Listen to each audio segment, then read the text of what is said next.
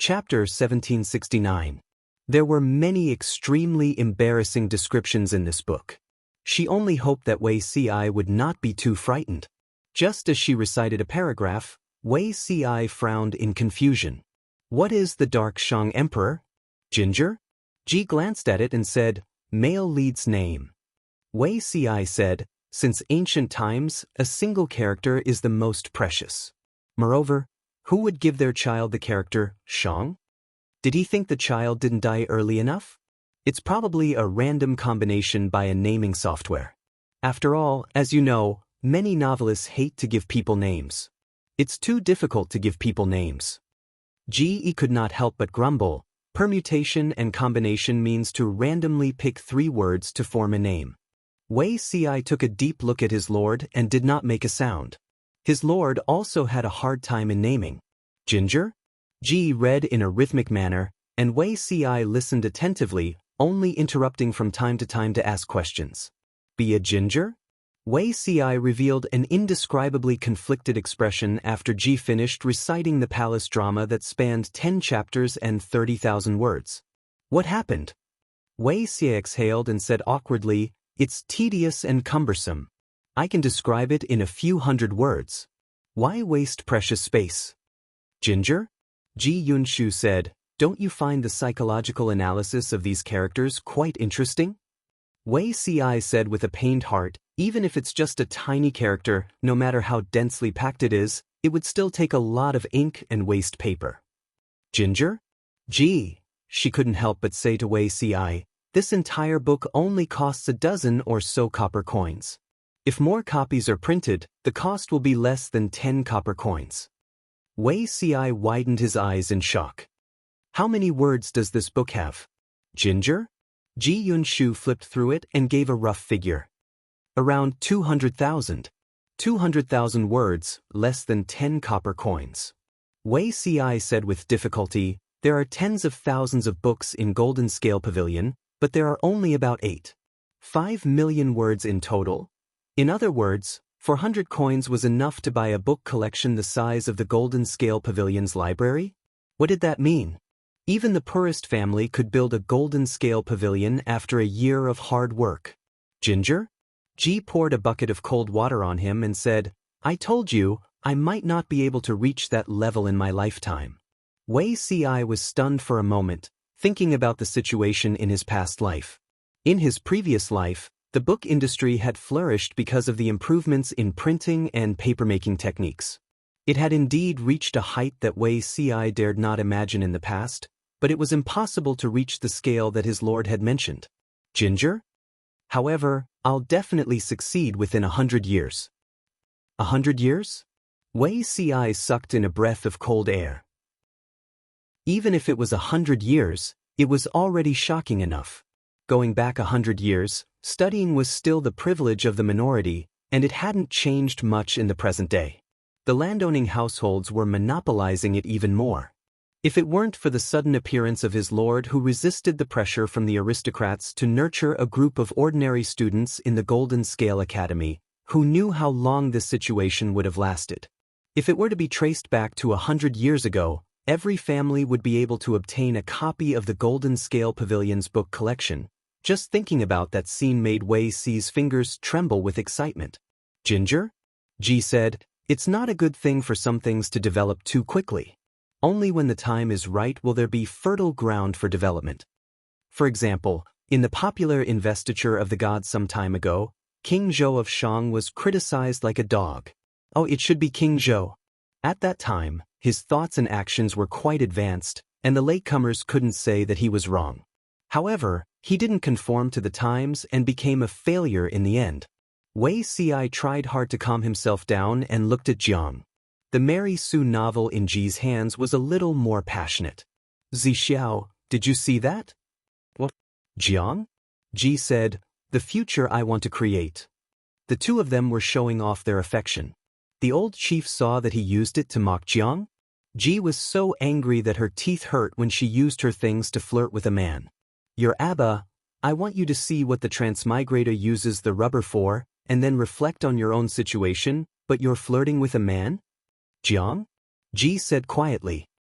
Is the damn rubber tree more important than my Zixiao? Single dogs were only suitable for celebrating Singles' Day. They could sweep the shopping cart and chop off their hands and feet while eating other people's affection. System notification. Your friend, your Abba, has blacklisted you. Jiang? Ji was speechless. She was so embarrassed that she flew into a rage. At least mail the rubber tree to her first. Zixiao, I seem to have accidentally offended someone. Wei Ci expressed that it must be the other party who didn't know what was good for them and didn't understand reason. The Lord just needed to understand people with emotion and reason. Jiang? Ji laughed secretly. Fortunately, the old chief had blacklisted her, or else she would be depressed. The old chief had always been very protective of Wei Ci, because Wei Ci was a young man.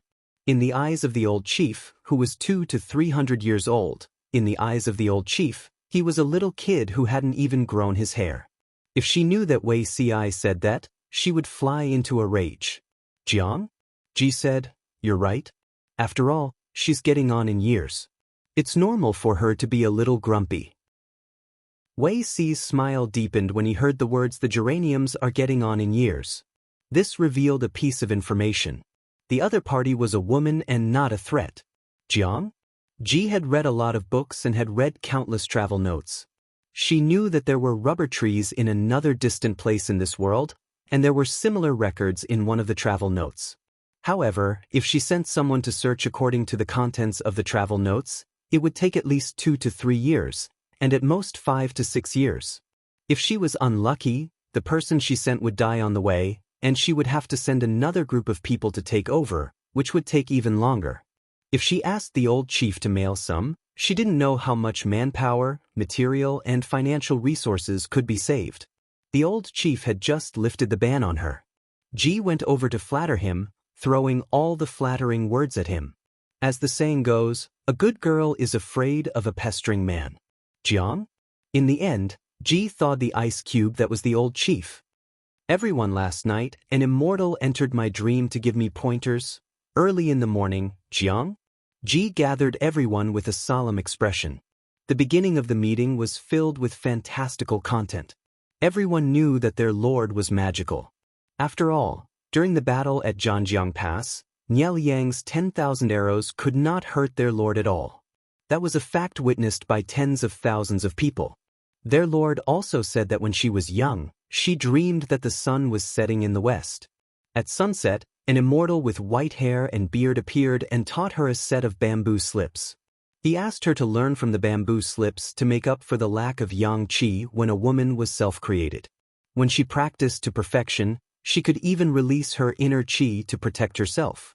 From all the signs, their lord was the disciple of a certain immortal. Now, their lord said that an immortal entered her dream to give her pointers, so it was most likely true. Feng Jin frowned and asked, what did the immortal say? Jiang? Ji felt that Huaiyu was getting better and better, so she gave him a small credit. A few days ago, I was troubled by something. The immortal said that she sensed something and specially helped me by landing the item somewhere in the west of the city. In case the bestowed item was damaged by the people and angered the heavens, we need to send people to search for it as soon as possible. Jiang? Ji nodded and said, I think so too. In fact, her inner thoughts were. Chapter 1770. Jiang Pingji, as an adult, expressed, multiple choice questions were for kids. Of course, an adult would want all of them. However, the old general who harbored evil intentions poured a bucket of cold water on her head. She was so excited that her heart turned cold. Rubber trees were not suitable to be planted in Dongqing, let alone in Wanzhou. They would die if they were transplanted there. That's not right. Why are they not suitable? Jiang Pingji dug out the relevant plot of the Mary Sue novel in disbelief and went through it from beginning to end. There was nothing wrong with it. There were too many species in the interstellar era. Jiang Pingji was not a plant expert, so she naturally did not know the living habits of rubber trees. You Abba, it's too cold over there. The seeds I gave you can't germinate. The 2 specimen trees can't be transplanted either. Jiang Pingji was confused. What did the old chief mean? He had already taken off his pants and washed them. How could he tell her that she was having her period today? How is it not suitable? I read the book you gave me as a reference. The setting of the book was in the dead of winter. Didn't the rubber trees come back to life? Jiang Pingji had thought that rubber trees could be transplanted successfully in Dongqing after reading the book, but now he was telling her that it was not possible. Thinking about it, Jiang Pingji asked tentatively, "Is it not resistant to the cold?" "You Abba, it's not resistant to the cold. It likes high temperatures and high humidity. I checked and it said that it will be frozen below 5 degrees Celsius. The planting area also has certain requirements for annual precipitation.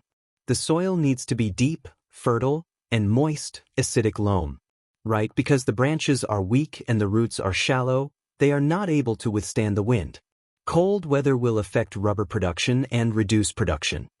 Jiang Pingji, why didn't he say so earlier? The old chief was just watching Jiang Pingji. Otherwise, he would not have misled her by reading the Mary Sue novel. Why would he say it out loud? If he had not misled her, Jiang Pingji would have naturally looked through the records of rubber trees in the travel notes and paid attention to the environment they grew in. As soon as the old chief arrived, he did something outrageous.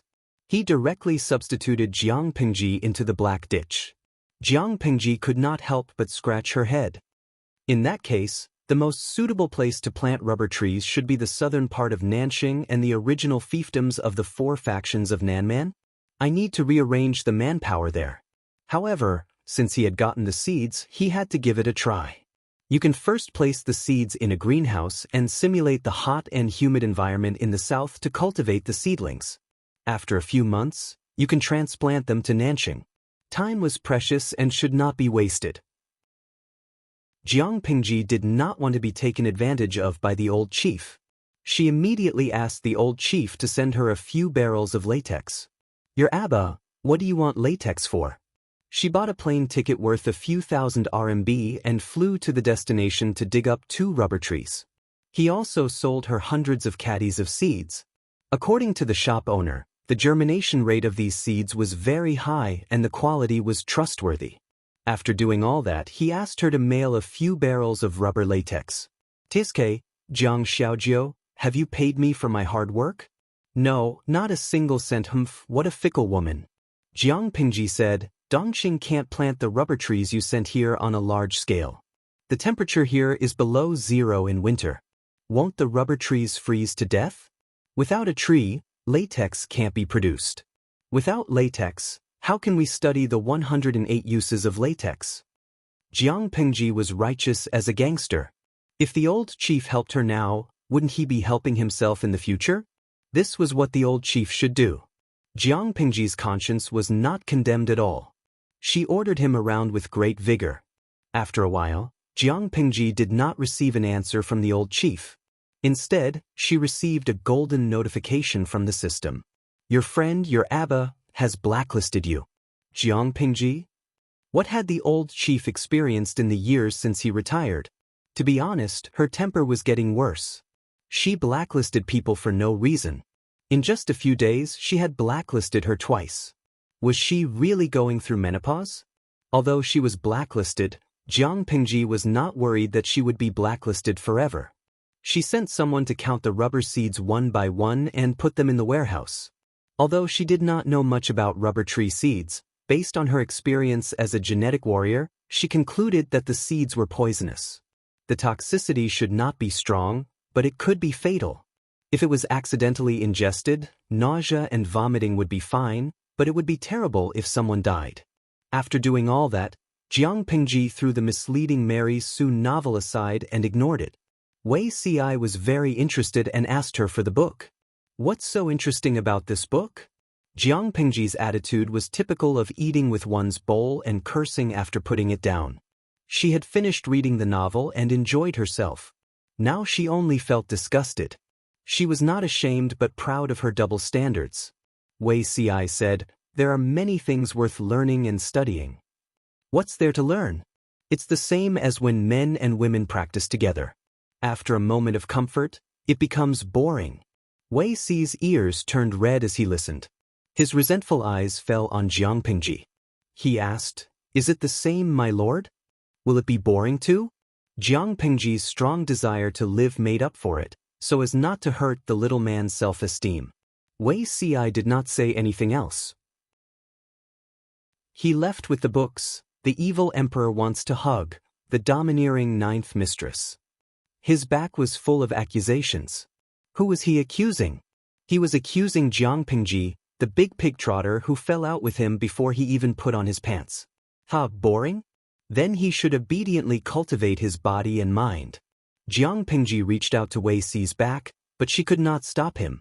When she looked up, the screen was densely packed with bullet screens that mocked Jiang Pengji for being single because of her ability. A few people were clamoring to be the one to take over. Piao could say, "I feel sorry for Zixiao." This kind of flirtatious words hurt the man's self-esteem. Yi Manqing Mao, the streamer, is indeed a model straight woman who is single because of her ability. Piaoling Yu Shang, I'm an honest man. I want to take over Zixiao. Do I queue up to receive it or go through the procedure? Dong Dong Xia Hua Kai. To the one above, go through the procedure and fight with the streamer. If you win, you can be the one to take over. Jiang Pengji was angry. These salted fish were getting bolder and bolder. They even dared to covet her Zixiao. Although the salted fish said flirtatious words, it did not mean that they did not do anything serious. Chapter 1771. I'm the hottie, is that enough? Jiang? Ji yawned and used a fan to dry the ink on the page she had just copied. Of course it's enough. I've even written down how to collect latex when rubber trees produce latex. Isn't that detailed enough? The salted fish felt that it was not enough. They should add a more detailed latex processing method, which could save them a lot of detours. Jiang? Ji chose to refuse. Some things could be done simply by spending time, such as finding rubber trees and seeds, summarizing how to cultivate and how to prevent diseases from the local natives. These things could be done by spending time, but Jiang? Ji didn't mind using a cheat to shorten the process. Once it came to the research field, she didn't want to continue using a cheat. Using a cheat meant depriving them of the process of research and exploration. At the same time, it also erased the infinite possibilities of the future. She was willing to guide them, even if they took a detour, because it was a process of accumulating experience. Without this process and the spirit of research, the technology tree could only stagnate or even go backward. Every year, she supported the people in the woodworking workshop with a high salary. She didn't want to raise a bunch of useless people who could only wait for ready-made products. Let them figure out how to use latex to make the finished product I want. I can only give them some suggestions at most. Although the old commander was blackmailing Jiang, Ji was released after being locked in the small dark room for a few hours. He also sent her several buckets of fresh latex. The old commander was a hypocrite. His words were arrogant and his actions were tough, but his body was very honest. Jiang? Ji couldn't help but say something flirtatious, but the old commander scolded her angrily. I'm magnanimous. I won't fight with a menopausal woman. Jiang? Ji muttered in her heart and sent someone to send the latex and the booklet to the woodworking workshop. Natural rubber was an elastic solid made by solidifying and drying latex from rubber trees. It seemed ordinary, but it had a wide range of uses. Even for Jiang? In Ji's time, rubber had also subtly invaded every aspect of people's lives. In the salted fish dimension, it was more widely used in industry, defense, transportation, medicine, and daily life. Jiang? Ji thought it would cause a commotion in the woodworking workshop if she brought it, but there was not even a ripple. She waited for a few days, but there was no progress report. She couldn't help but go there herself. There were 3 bosses in the woodworking workshop, known as the Iron Triangle. They were Zhang Ping, Xiao Guang, and Bai Yuexia. Ginger? When Ji came over, she only saw 2 people. Yuexia isn't here today? The 2 of them greeted each other. Zhang Ping smiled a little worriedly. My body is heavy and I don't have much energy. I usually only come at noon. Ginger? Ji Yunshu was stunned. My body is heavier? Bai Yuexia was still single. How could she be overweight? Zhang Ping said shamefully, this subject did not handle this matter well. As soon as he finished speaking, Jiang Yu's expression changed. Ji scanned Zhang Ping and found something strange. Zhang Ping, who had always believed in the plum wife crane, had a faint smell of cosmetics around him. His clothes were obviously different from before. Ginger? Ji Yunshu blurted out, "Does General Bai know?" The old lady was leading the troops to defend Zhanjiang Pass against foreign enemies, but Zhang Ping, this unmarried man, had taken her daughter from behind and even made her pregnant out of wedlock, according to Jiang. Based on Ji Ye's understanding of General Bai, once he returned, the first thing he would do was to smash Zhang Ping's head. In this era, those who had the guts to get pregnant out of wedlock were stupid women and scumbags. But Zhang Ping didn't look like such a scumbag, and Bai Yuexia wasn't stupid either. Zhang Ping said, "I wrote a letter a few months ago, but I haven't received a reply yet." Zhang Ping didn't dare to get married until his future father-in-law returned. Time flew, and Bai Yuexia's belly grew like a balloon. Since he knew that Bai Yuexia was pregnant, he couldn't sleep well, eat well, and his hair was about to go bald. Bai Yuexia's character was different from ordinary women. She didn't care about her pregnancy out of wedlock, but Zhang Ping was worried that the rumors would slander her. Zhang Ping was still a man. If outsiders dared to gossip and secretly speculate which man Bai Yuexia had an affair with and was pregnant with a child, he would stand up and say that the child was his and openly admit it.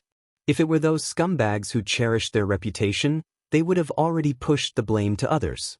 As the due date approached, Zhang Ping's condition worsened.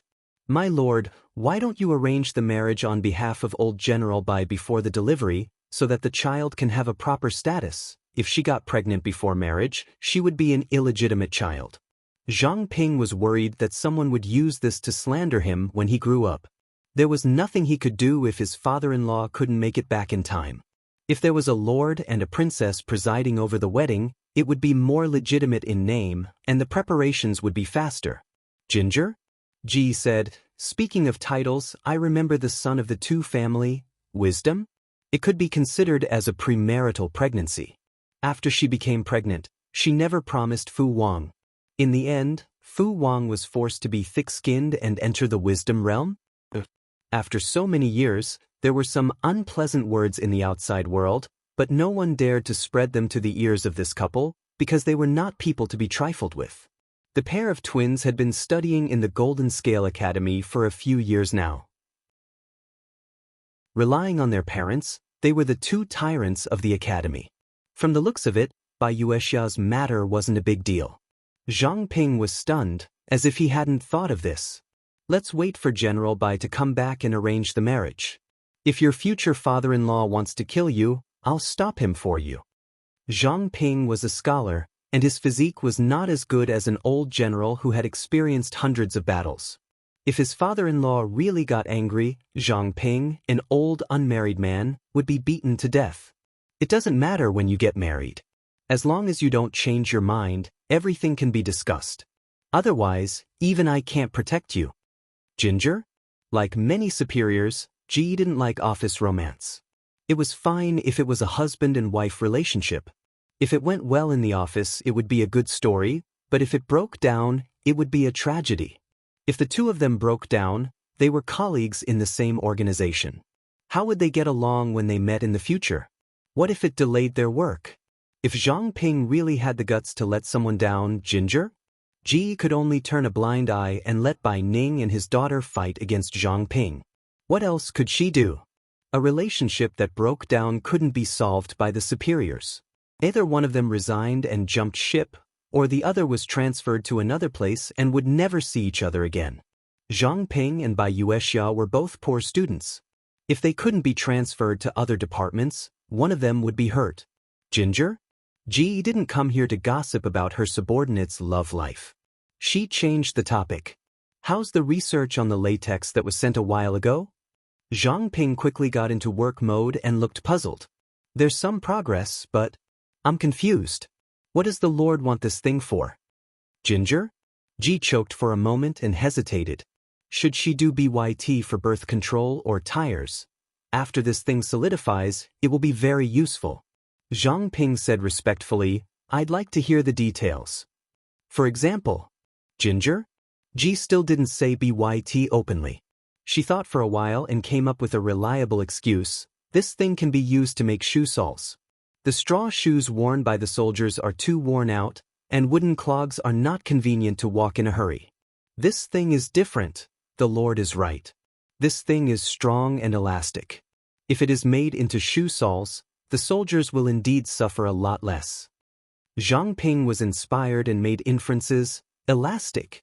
Oh right, maybe it can also be used on carriages to reduce the bumps when driving. Chapter 1772.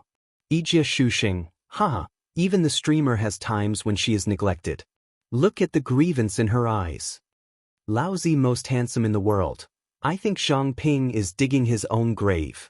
Doesn't he know that pleasing the streamer is more important than pleasing his father-in-law? He can ignore anyone but Jiang? Gee, Zhang Ping is destined to be alone for life. Shanyumuxi Muji, what's the matter? No matter how charming the streamer is, it's impossible for all the men in the world to revolve around her. Zhang Ping and Xiao Guang are technical researchers. What's so strange about them being so engrossed in their research and forgetting everything else? If the streamer makes things difficult for Zhang Ping and Xiao Guang because of this, then she's not the streamer I know. Can't you guys have a limit when it comes to jokes? It's just a job. Zhang Ping doesn't have to hang on to Jiang. Ji is a crooked tree. At most, they'll just break up. Poor priest sees your chrysanthemum is poisonous. That's a big deal. Bai Yuexia's feelings for the streamer are above friendship, but they are not yet in love.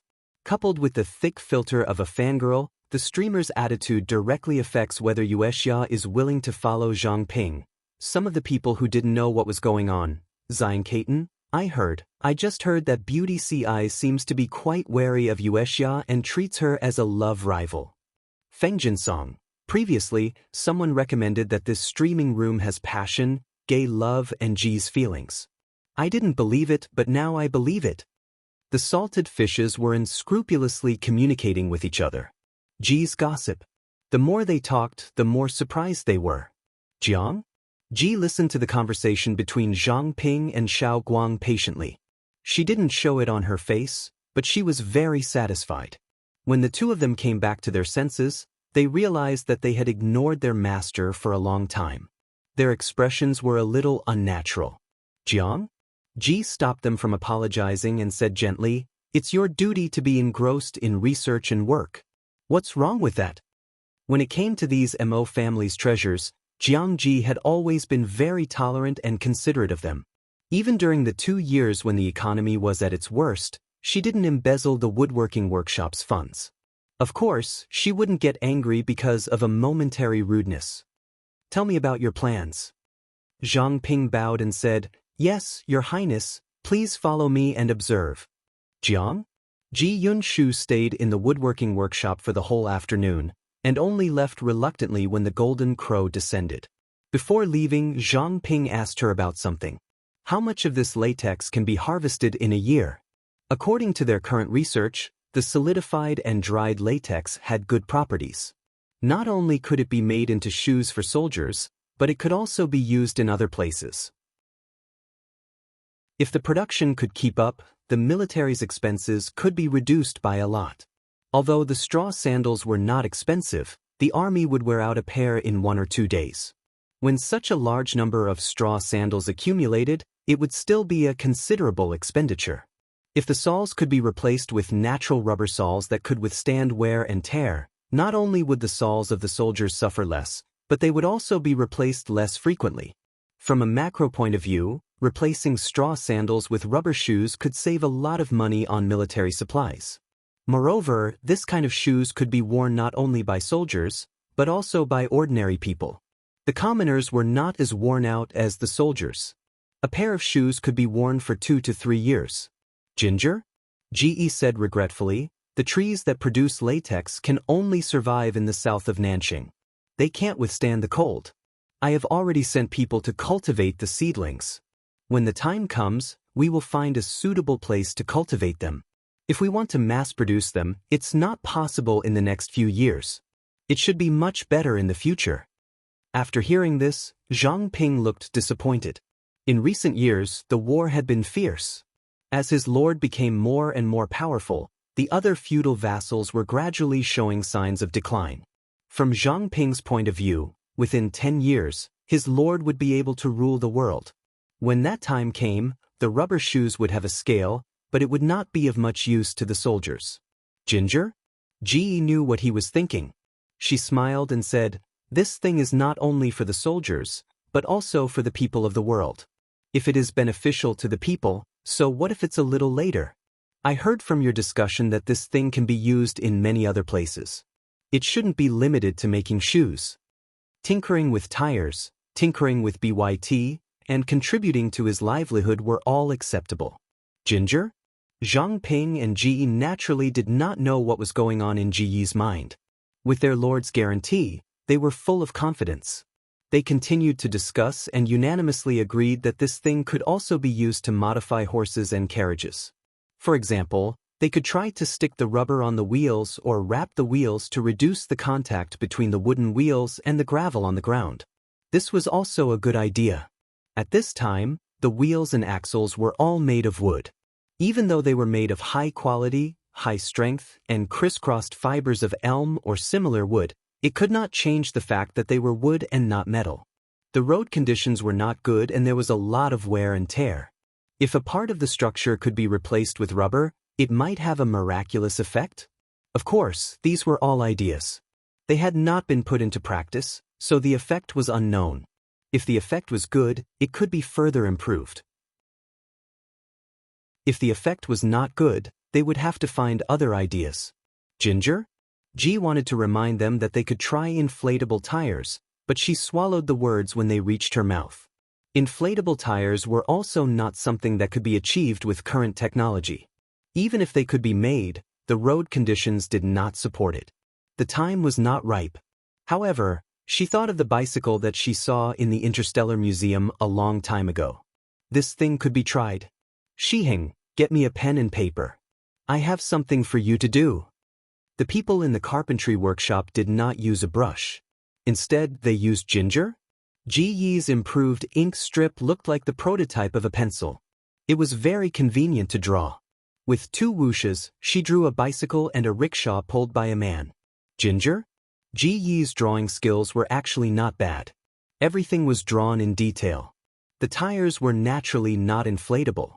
They were all solid rubber. Zhang Ping and the others would adjust how to save effort.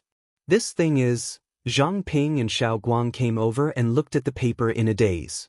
The rickshaw was a bit like the cart of today, but the style was very different. They could still understand.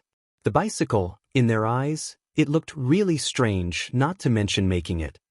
I am slow-witted. Please enlighten me, my lord. Ginger? Ji did not make things difficult for them.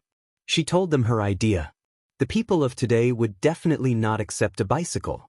She just wanted to make one and take Zi Xiao for a ride. The rickshaw was used to enrich the types of carriages and horses. She said, I first came to the carpentry workshop on a public carriage. It is cheap, but the smell is too strong. Even with the simple carriage plate, the horses but was facing the passengers, and the smell was strong. It was really not a good experience.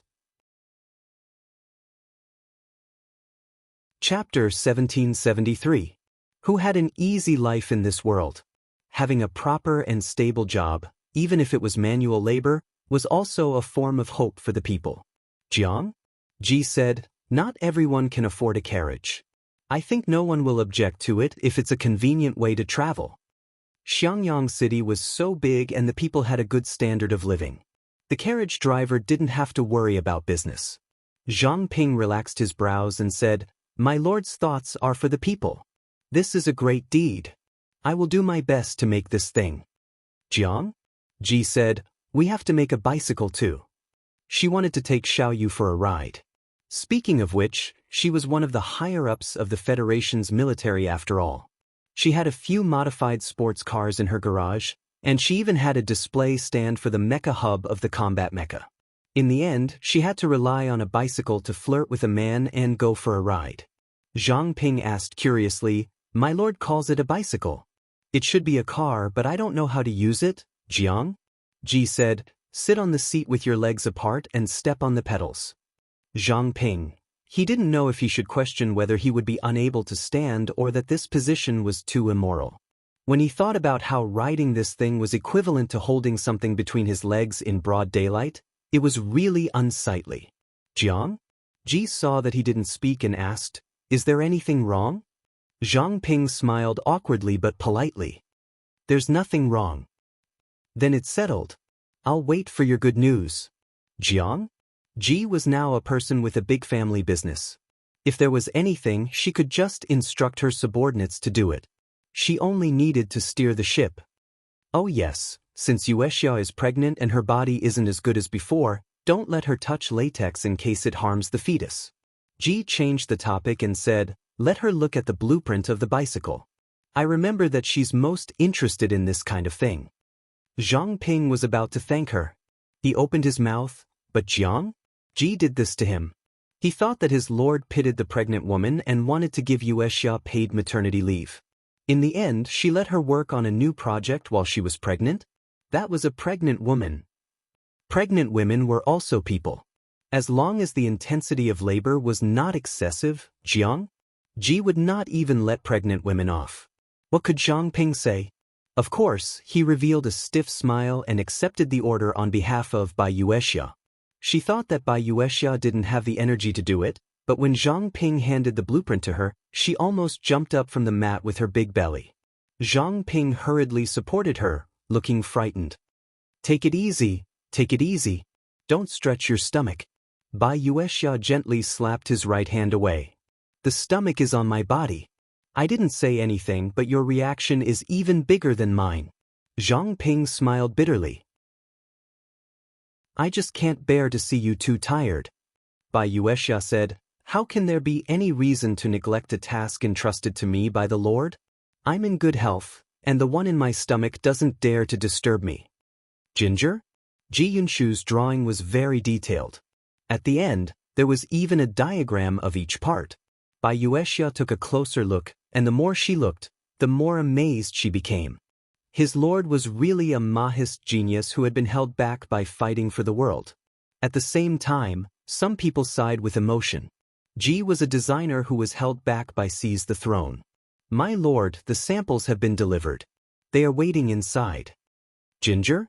After leaving the woodworking workshop, he bumped into Wei Ci on his way back. She asked, "What kind of clothes?" Wei Ci replied, "Didn't the Lord hand over the finished drawings to the embroiderer to cut paper for the graduation clothes? The samples have been made in a hurry." Ginger? Ji slapped her head. She had almost forgotten about this matter. "Let's go and see what it looks like." Ginger? Ji's drawings had been modified by Wei Ci. Her drawing skills were more suitable for drawing mechanical drawings, and Wei Ci was good at other things. She was looking forward to seeing what the final product would look like. The elderly embroiderer and tailor were given to Ginger. Ji bowed respectfully before bringing the neatly folded samples over. "Ginger?" Ji said, "Why don't you let someone wear it to see how it looks? What would it look like if it was folded?" The tailor said, "This old servant doesn't dare to. How can this old servant try on the clothes of the nobles?" Usually, the clothes that they made were directly worn by the nobles. They would never let the nobles wear them after they had tried them on. The clothes had to be new, not secondhand. "Ginger?" Ji said, "Fine, I'll find 2 people to try. The clothes have to be worn to know what's wrong with them." The embroidery of the clothes was done by the embroiderer. It was neat and meticulous, and the overall effect of the clothes was the same as Ginger? Ji had imagined. No, she let the person who tried it on turn around, only to find that the iron-eating beast emblem on the back of the clothes had been changed. Ginger? Ji had drawn a black and white chibi version of the panda head. It looked very cute, but it did not match the overall style of the clothes. After Wei Ci's modifications, the original cute chibi style turned into a noble, cool, and indifferent style. The panda head was drawn with black silk threads. At first glance, it looked like an unfamiliar word, but upon closer inspection, one could see that it was the head of the iron-eating beast. The head was surrounded by a circle, and there were a total of 8 meandering lines in all directions, like willow leaves and burning tongues of fire. Ginger? Ji smiled and said, "Not bad." Wei Si had previously said that he wanted to make a small change to the emblem. Ji was busy and did not ask in detail how to make the change and let him do it. Experts could tell once they made a move, and they were much more professional than her. Wei Si lowered his head and smiled bitterly. Could he say that this emblem was the royal emblem of the Jiang royal family in the previous life? Back then, His Majesty also wanted to use the iron-eating beast as the emblem, but the drawing was not very good. A few important ministers made several changes before the current version was achieved. This emblem was in the center of the back. It was not big, and the size was only a circle formed by the thumb and index finger. It was not very eye-catching, but it could not be ignored. I am very satisfied with the sample, and the finished clothes will be made according to this. Jiang Ji smiled and said to everyone, "The senior students of the Golden Scale Academy have also resumed school. Follow my orders and go to the academy to make the clothes for the students. They must be well-fitting, so that they will look energetic when wearing them." There were only slightly more than 200 students graduating in the first batch, so there was still time to make the clothes. This was the first batch, so there was no experience. If it was the next batch of students, the graduation clothes would have to be prepared a long time in advance. The clothes are ready. Has the Lord thought about what questions to test them? Jiang Ji said, "Why, do I have to set a question too?" Wei Si said, "After all, this is the first batch. If the Lord values them, the outside world will naturally value them more." That makes sense, then let me think. Jiang Ji rolled her eyes and smiled. Ji Yunshu rolled her eyes and said with a smile, "What a coincidence, I have it." Ready-made? Sugarcane and rubber trees, aren't they ready-made? Jiang Ji, when Ji was in school, every examination paper was closely related to current affairs. This detail tells us that students should also develop the habit of being concerned about the affairs of the outside world. Chapter 1774. My lord, I think that sugarcane and rubber trees are not suitable for the exam. It's unfair. These two things have yet to be spread. Except for the children of a few important ministers, the other students are all commoners. How would they know about these things? Wei Si voted against it. The information channels were not equal. It was obviously unfair to the students who came from ordinary backgrounds to use these two questions as the exam questions. Whether it was sugarcane or rubber trees, they belonged to unconventional topics that very few people knew about. Even Feng Jin, who was unprepared, might not be able to answer the exam questions, let alone a group of students. His lord's exam questions were not only beyond the syllabus, but they were also fatal. Jiang Pingji could not help but laugh. Although Zixiao's considerations are thorough, he's too cautious. I used this as the exam questions. Naturally, I won't let those kids have the possibility of cheating. The exam questions can briefly mention the functions of sugarcane and rubber trees, as well as their future applications. They can reveal key information, and the students can analyze and judge based on this information. I'm very curious. If I ask the students about the benefits of promoting these two things, can they dig deeper into the meaning and understand my intentions? If the exam was like that, Feng Yi and the others would lose their advantage because Jiang Pingji had forcefully leveled the information. Jiang Pingji said, "The graduation exam is not difficult for these students. There won't be the phenomenon of failing the exam and repeating a year, but I don't need talents who only know how to read from the book." The exam system of the Golden Scale Academy was quite strict. Jiang Pingji had seen the students' past performance. Graduation was definitely not a problem. Wei Si thought for a while. My lord is right, but I still have something to say. Say it. What can't you say directly between us? Wei Si said hesitantly, "It's a waste to give two questions at once. Why don't you give one and leave one?" Leave one? Why leave it? My lord, have you forgotten? Although the Academy's graduation examination is important, it is only a minor examination within the Academy. The major examination for your selection of scholars is still to come. Wei Si reminded her. She had asked two important questions at once. What would the imperial examination test be about? Jiang Pingji said with a smile, I would have forgotten if you didn't mention it. I'll give one of the questions and leave the other one for later.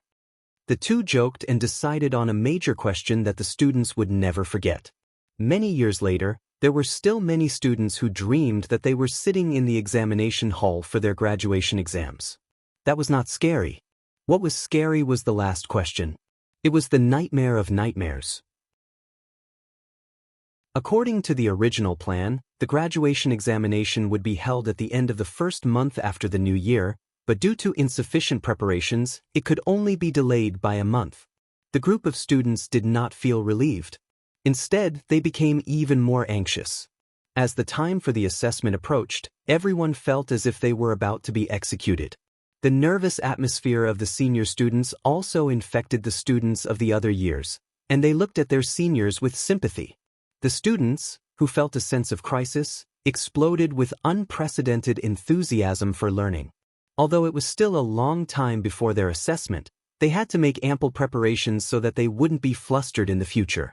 There were also students who applied to participate in the graduation assessment together with the senior students, but their results would not be included in the final ranking.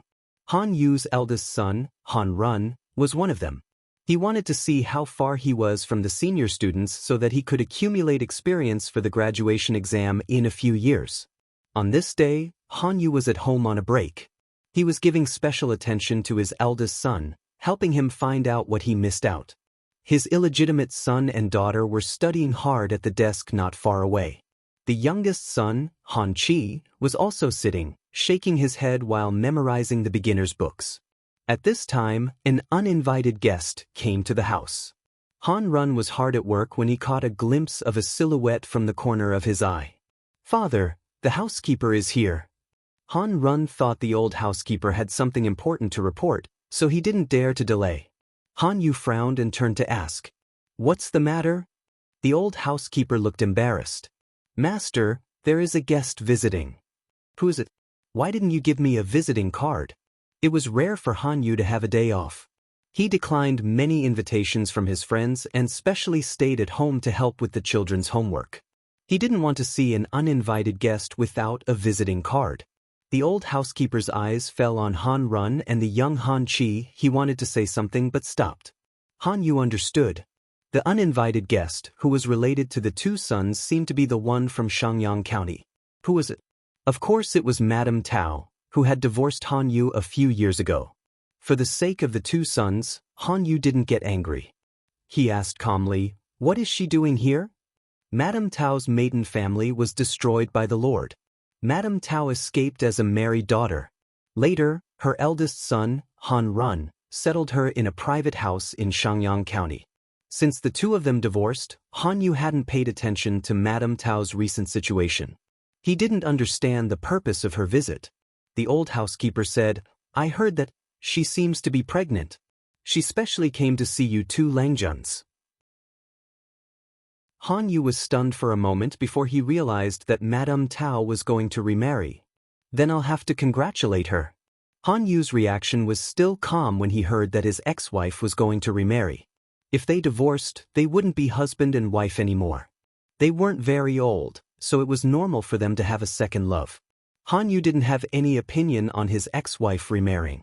Han Run, who was beside him, bit his lower lip. His hand that was holding the brush trembled slightly. Han Yu could accept it without any grudge, but he couldn't.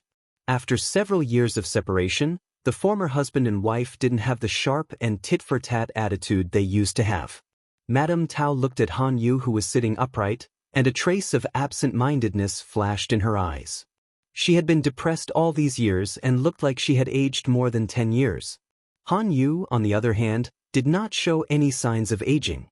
His temperament had become more and more condensed, as if he was the essence that had been accumulated over the years. People could not help but sigh at the favoritism of God. If she had not been so stubborn in the past, perhaps she would still be the high and mighty Madame Han now. Unfortunately, there was no medicine for regret in the world. Madame Tao would not change her choice even if she had another chance. Between her husband, her son, and her family, she would always choose the latter. Of course, Madame Tao didn't come here today to renew her relationship with her ex-husband.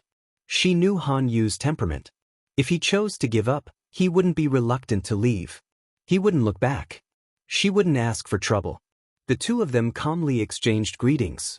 Madame Tao was concerned about the studies of her eldest son, Han Run, and the health of her youngest son. Han Yu answered all of them. Han Yu was a smart man, and Madame Tao was not good at hiding her intentions. Han Yu knew that Madame Tao was here for something. He pretended not to know. Seeing that time passed, Madame Tao was a little anxious before the topic got to the point. She had no choice but to state the purpose of this trip, but it was a little tactful. But, no matter how tactful she was, she couldn't change the purpose of probing the graduation exam. Han Yu frowned slightly and pursed his lips without saying a word. His eldest son, Han Run, said, "Mother, the exam questions are confidential. I heard that the exam question bank was made by several great scholars in secret, and the exam questions were selected by Master Lanting. No one knows the content of the exam. How did father know?" Chapter 1775. Madame Tao said straightforwardly, "It's just a school exam in the academy. It's not a big deal. How can your father not know?" It all depended on whether the other party had the heart to know. Han Yu frowned. Han Run said, "My father's future is important. How can he participate in fraud? Most of these students are going to be officials. It's still unknown what their future achievements will be. If my father is tainted with the scandal of fraud, there will be hundreds of potential political enemies." Madame Tao felt sad when she saw her son was so supportive of his father. Her son crawled out of her womb, but he stuck to his father. She had doted on him for so many years in vain. Han Run asked her disappointedly, "Mother, did you come all the way here just to ask about this?" Madame Tao looked a bit unnatural. Han Run asked again, "Mother, it has nothing to do with the graduation exam of the Golden Scale Academy. Why do you care about this?" Madame Tao said, "I heard that my son is also going to join the exam. How can it be nothing to do with me?" The implication was that she came for her son, Han Run. Han Run sighed secretly and said, "Mother, you should know that I am not young enough and my knowledge is not as good as the seniors in the senior grade. This exam is just to see how good I am. No matter how I do, the results are not counted. It's meaningless to leak the questions to my son." Han Run knew that his mother was lying. Madame Tao saw that there was no result. She had to skip the topic and briefly said that she was going to remarry in a few months. She thought that Han Yu would be ashamed or embarrassed, but he didn't even frown. He only said, "Congratulations." Han Run also said, "Congratulations, mother, on your second marriage."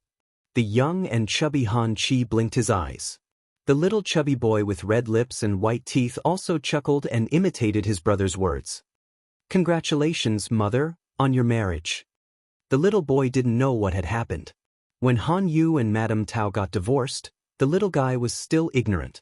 Now he didn't know that his words had stabbed his mother's bloody heart.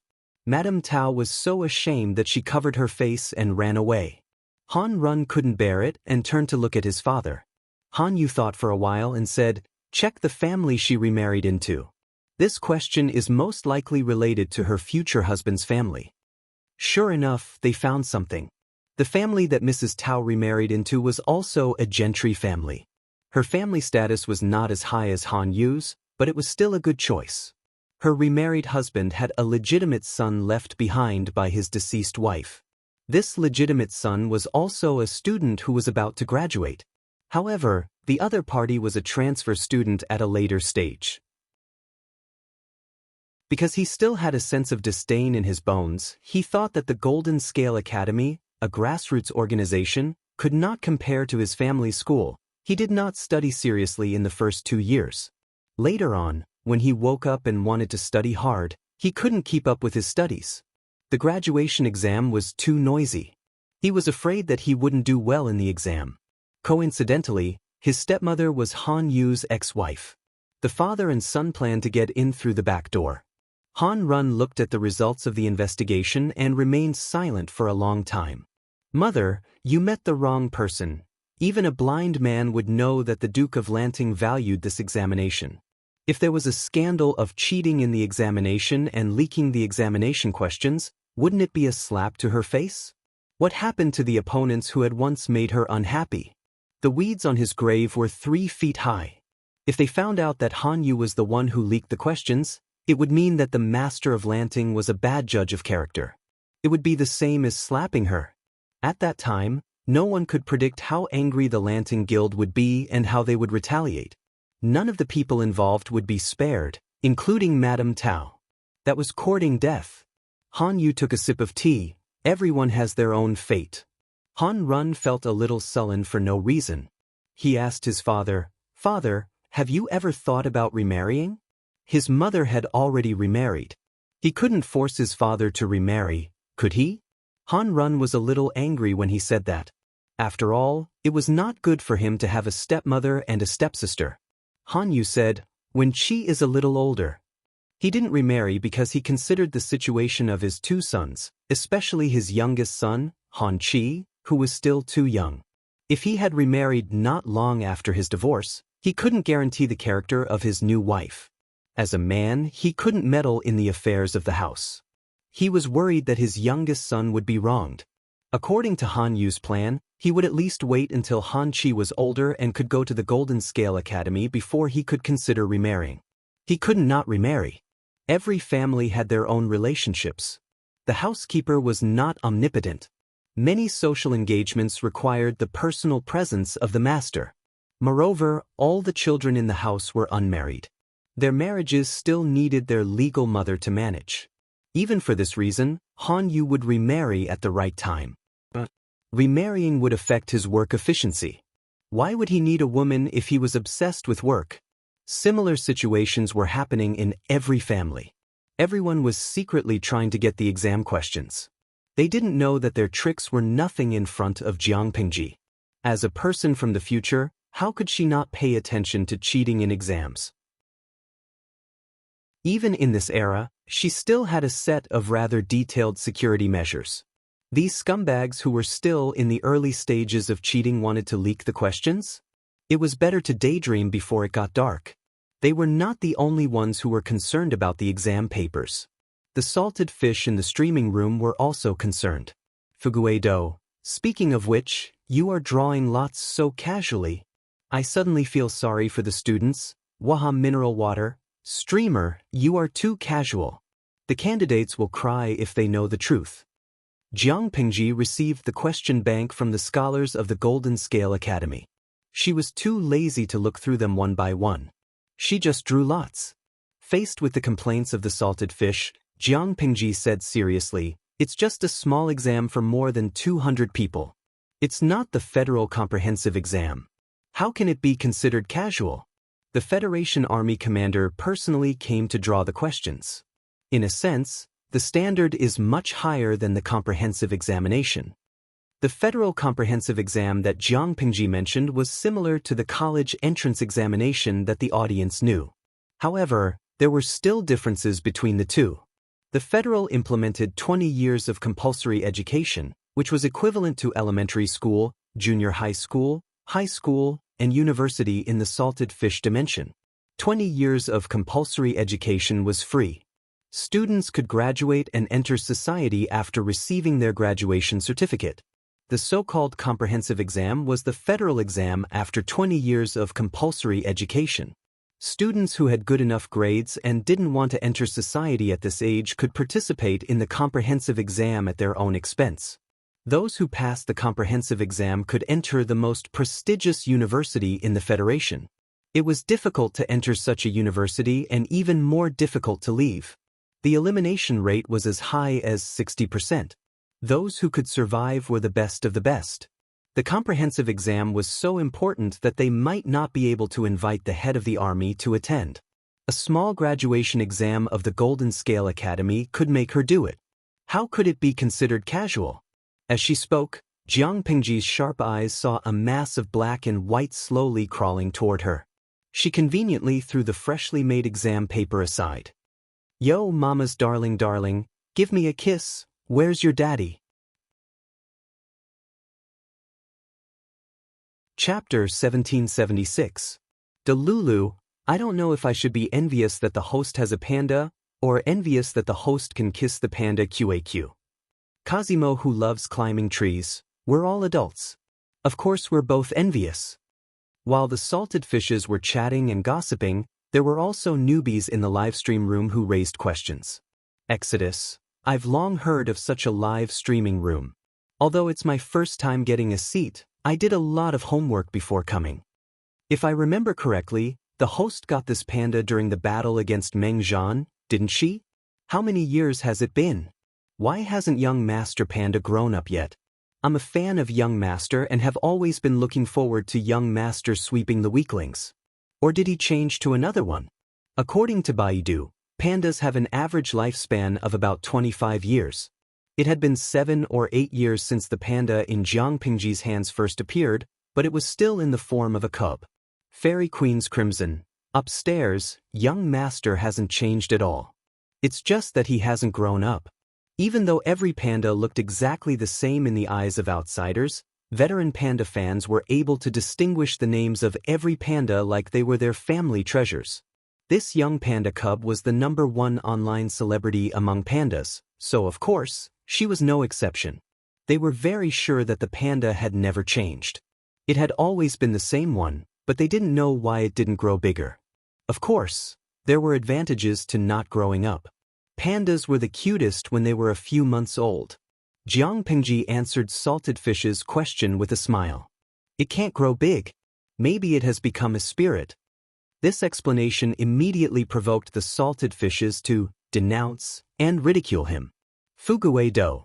After the founding of the People's Republic, animals are not allowed to become spirits. Arctic Ocean Soda. Underscore the laws of the heavenly Tao here can restrain a panda from another plane? Of course not, so this panda must have become a spirit. Wawan Minran. Speaking of which, if this little guy transforms into a human form, wouldn't she be the first female panda emperor? I think this is a good joke. Can anyone draw a picture of the officials bowing down to His Majesty the panda? Xianxia. The person above must be a newbie who fell into the trap in recent years, right? When His Highness Panda first appeared, the host recognized him as her daughter and jokingly called him young master. Many big hands had already drawn pictures of him. I'll introduce you to a few tentacles. You'll see them when you flip through them. Although the panda did not appear often, it had a lot of fans thanks to the halo of a national treasure. It was a pity that the appearance fee of the young master panda was too high. Jiang Pingji also ran around all year round, so it rarely appeared. Every time it appeared, it was very precious. For the salted fish dimension, pandas were probably the cutest animals that people all over the world liked. Jiang Pengji looked at the comments on the screen and her lips curled into a faint smile. She hugged the little fellow's armpits so that it was level with her line of sight. I've already said that you've become a spirit.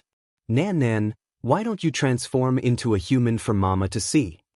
The panda did not understand and thought that Jiang Pingji was playing with it. She was still whining softly and rubbing her cheeks with her soft and pink paws. She was so adorable that it could make people bleed.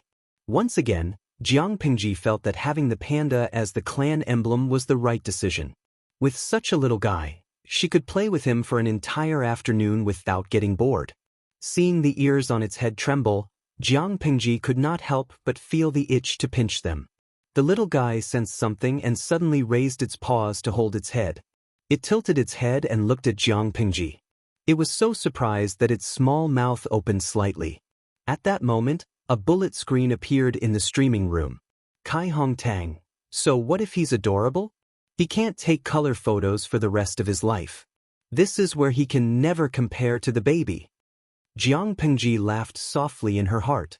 She hugged the little guy and made it face the screen of the streaming room. She said to the screen, "Baby, open your mouth." The salted fishes were confused.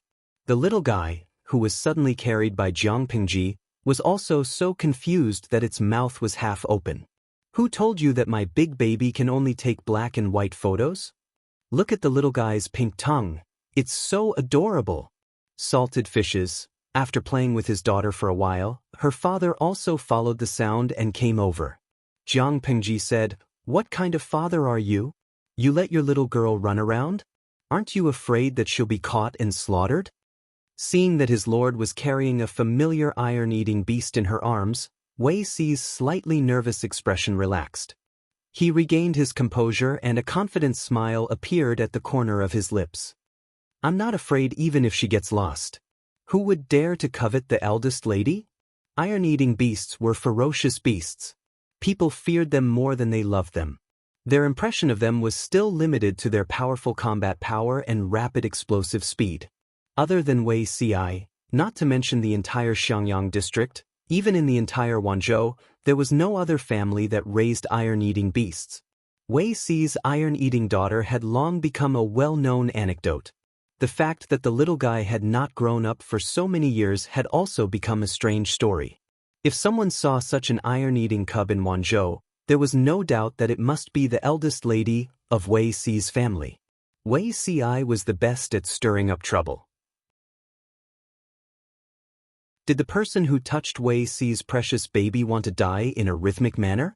Wei Xi saw the examination paper on the ground from the corner of his eye. He reached out to pick it up without any hesitation and tidied it up.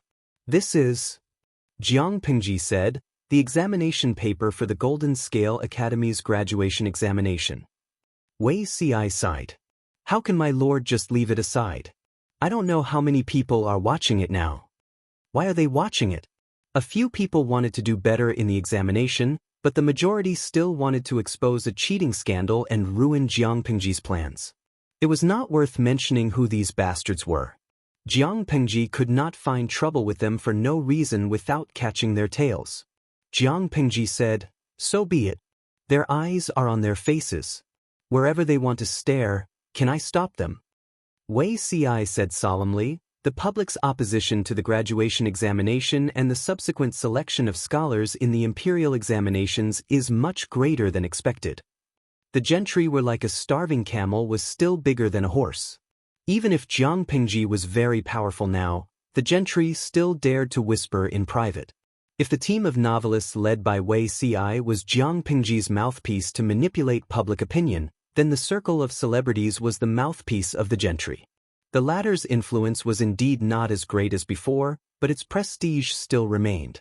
Back then, Jiang Pingji used the Golden Scale Academy's examination method to select scholars. Those who had the opportunity to advance were from humble families and gentry families. This was considered a skirmish. The opposition from the gentry was not loud, and Jiang Pingji's attitude was too unyielding. It was easily suppressed by her. Now, the graduation examination for this batch of Golden Scale Academy students was different. Among the more than 200 students, other than a few who were born in gentry or commoner families, most of them were descendants of commoners who had died in the war. Well, these students were commoners who were of a higher class than commoners. Chapter 1777. In fact, the commoner families could not sit still, but their words carried little weight. The commoner families with weight, such as Qiguan Rang and Su Ku, were Jiang Ji's loyal followers. It was impossible for Ji Ye's die-hard loyalists to jump out and sing a different tune. Thus, the voices of the commoners could basically be ignored. At present, the aristocrats were the most vocal. As expected, when interests have nothing to do with them, how many people ignore it? Once it harms their interests, even if it's just a little, they will be anxious and show their ugly side. Jiang Ji sneered, if there's a large-scale fraud scandal in this graduation examination, they will have a reason to attack the Golden Scale Academy and unite against its decision to recruit commoners. Wei Xi sighed in his heart. In his previous life, when the imperial examinations were carried out to select scholars, the aristocrats took advantage of the loopholes in the first batch, and there was a fraud scandal. The aristocrats thought that they could unite to force Her Majesty to change her mind, and even threaten the foundation of the country. In the end, Her Majesty drew her sword and killed people at the Grand Court Conference. She used thunderous methods to massacre a few typical examples. At that time, Wei Xi broke out in a cold sweat for Her Majesty. In the end, Her Majesty did what she was supposed to do. She even used the unborn child in her womb to create the illusion of dystocia, to lure out the Red Lotus group hidden in the dark, and tricked the rebellious aristocrats into taking the opportunity to rebel. The ending was delightful. Her Majesty seized another opportunity to carry the whole scene to the end. Wei Ci was puzzled. Her Majesty had been fishing for many years, but why didn't those aristocrats learn their lesson? They were tricked by her again and again. Not only did they lose their lives, but they also brought disaster to their entire families. Of course, Wei Ci was not qualified to say that, because his son, Wei Tsong, was also a victim of Her Majesty's fishing. Wei Ci was willing to bet that if there was a fraud scandal this time, if there really is a scandal, what does my lord intend to do? Jiang? Ji sneered, killing people justifiably is good. Wei Ci smiled bitterly. This was the expected answer. He asked the question that had been puzzling him for a long time. My lord, everything you do is for the sake of 1,000 years, but they repeatedly obstruct you. Is it just because it hurts their interests? Wei Ci was also from an aristocrat family, so he could see clearly where the root of the chaos was. In the general trend of the world, after being united for a long time, it must be divided, and after being divided for a long time, it must be reunited. But under the appearance of separation and reunification were the corpses of millions of people. Wei Ci could not understand the decision of the aristocrats to bury so many innocent lives and the country for their own selfish desires. Of course, Wei Ci also knew that not everyone had the selflessness to sacrifice themselves and their families for the sake of the world. For example, himself. Wei Ci looked at Jiang Xiang silently. Ji, yes, he also has selfish desires. Ginger? Ji said, some people do it purely for their own and family's benefits, while others are purely short-sighted and short-sighted. If these people had my vision and breadth of mind, it might not have been my turn to take this position. Zixiao, don't you think that these people are similar to keyboard warriors? When it had nothing to do with them, they would take the moral high ground and point at the world, playing with their little cleverness, and spew out whatever good words they wanted. Once it involves their own interests, they tend to be vicious and stupid. Wei Ci was a little confused.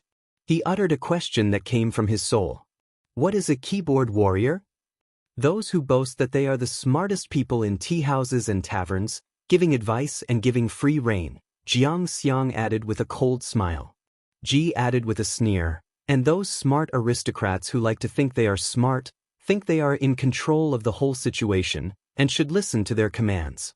In one sentence, Yukanyu BB. She was now a vassal, and she was the lord. She knew what the consequences of her actions would be. Their vision was not as far-sighted as hers, and they still wanted to point fingers at her. Sooner or later, she would use the god-slaying saber to cut them down. If they don't know what's good for them and really cause trouble for me, creating a scandal of fraud, it will give me a reason to start a massacre. Jiang Xiang? Ji looked calm on the surface, but in her heart, she was already sharpening her knife. To her disappointment, this year's aristocrats were too weak. They did not cause any big trouble, and the graduation assessment was carried out as scheduled. Wei Ci analyzed the situation and found the reason. Firstly, the current lord was more popular than the emperor in her previous life. She was still in a honeymoon period with the officials, and there weren't as many conflicts as in her previous life. Secondly, with the Golden Scale Pavilion skirmish when it came to selecting a swordsman, everyone was like a frog in warm water. Now that they had medium rare, facing the Golden Scale Pavilion's plus version of selecting a swordsman, although they were hopping and jumping, their little tricks were not effective. Instead, they were suppressed by their lord. Thirdly, and most importantly, the Feng family was now standing on the lord's side. In his past life, it was a few noble families who took the lead in stirring up trouble. Now that the landowning households had a backbone, they were able to work together to stir up trouble. Now that there was no leader, no one dared to be the first bird to take the lead. After being hit by the lord's first wave of energy, they were naturally in a state of disunity. Loose sand could not form a climate. Feng clan. Wei Ci glanced at Feng Xiang from the corner of his eye. He sighed in his heart. Comparing the two lives, he pitied Feng Ju even more.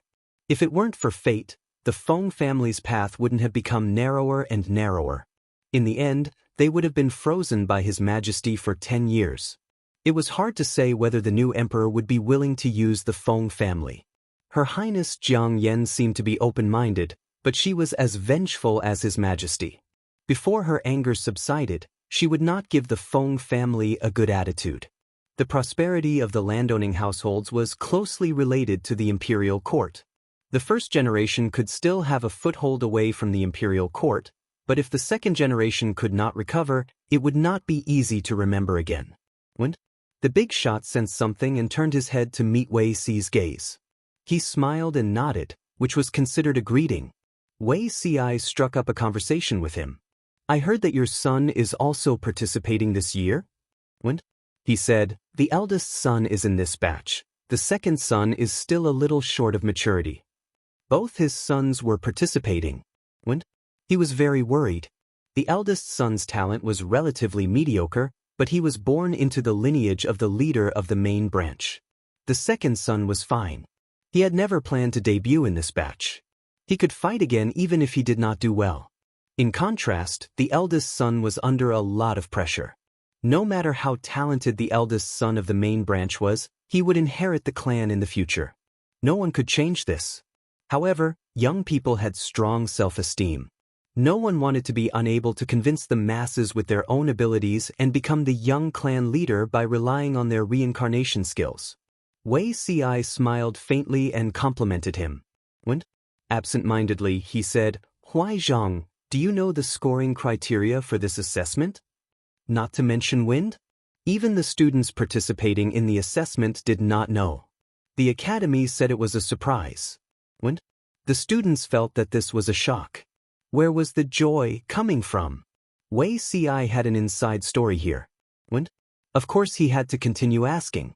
Anyway, the assessment was about to start. He only asked an hour earlier and it would not affect the students. The 6 arts of a gentleman are rites, music, archery, imperial strategy, mathematics, and calligraphy. There are a total of 6 arts, each worth 30 points, a total of 180 points. In addition to these 6 arts, there is also a miscellaneous exam. The miscellaneous exam is worth 120 points. There is a total of 300 points, and the ranking is based on the number of points. Wei Si lowered his voice. If the total score of a student is less than 180 points, it will be regarded as a failure and will not be able to graduate. This kind of assessment was quite novel. In Wei Si's opinion, there were many differences from his previous life. What is miscellaneous exam? He understood the 6 arts, but he did not understand the miscellaneous exam. Wei Si said, the miscellaneous exam means anything can be tested. It is not limited to the 6 arts of a gentleman, nor is it categorized. Want to guess the questions?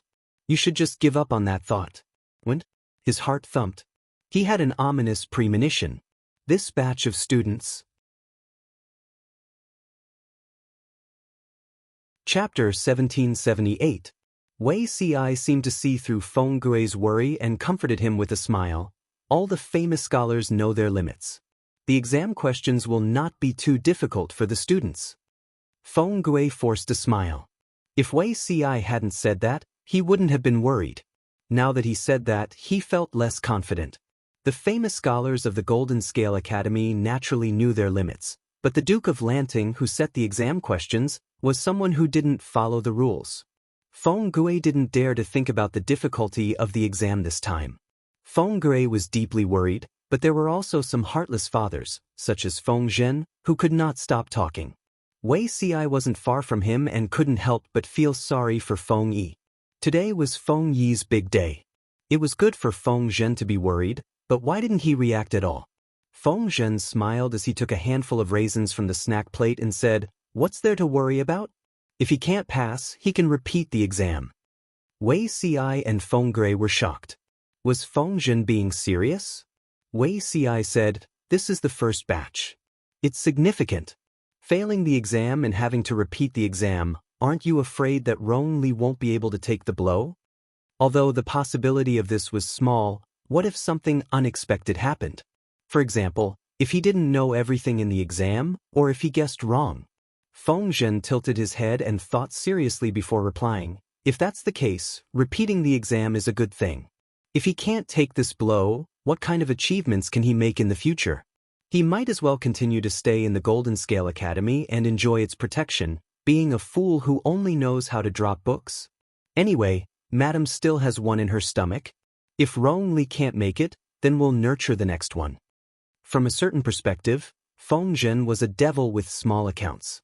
He had a strange obsession and fondness for new accounts, but he was not interested in old accounts that he had already raised. He was a classic case of forgetting his old love with a new love. How could Feng Yi be more likable than an unborn son? As soon as he said this, Feng Gui noticed that his second brother, who was a few seats away, suddenly turned his head and stared at Feng Zhen with his death stare. Feng Gui was stunned.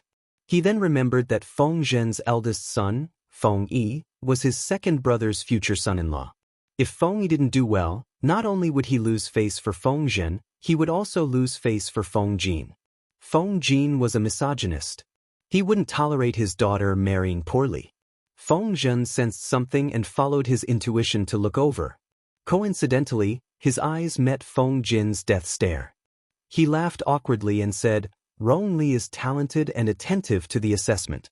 Not to mention the top 3, but the top 10 is definitely not a problem. Wei Ci saw that Feng Zhen had no backbone and could not help but secretly give him a kick. Noticing that Feng Jin's gaze had become even more unfriendly, Feng Zhen kept a smile on his face, but he was cursing in his heart. He wanted to beat Wei Ci to death with the soles of his shoes. He unilaterally announced that he had completely severed all ties with Wei Ci, his friend who had a kind face but a wicked heart. This child is born at the right time. I wonder if it's a good thing or a bad thing. Feng Zhen had just sworn an oath to cut all ties with them when he heard Su Ke say to Zhang Ping, who was sitting next to him. Zhang Ping smiled and continued, How is it a bad thing? Su Ke said, This year's students are between 17 and 18 years old. What were we doing at this age? Zhang Ping fell into deep thought, not knowing how to answer. When their generation reached this age, they naturally began to work hard to make a living, and at the same time, they had to study hard.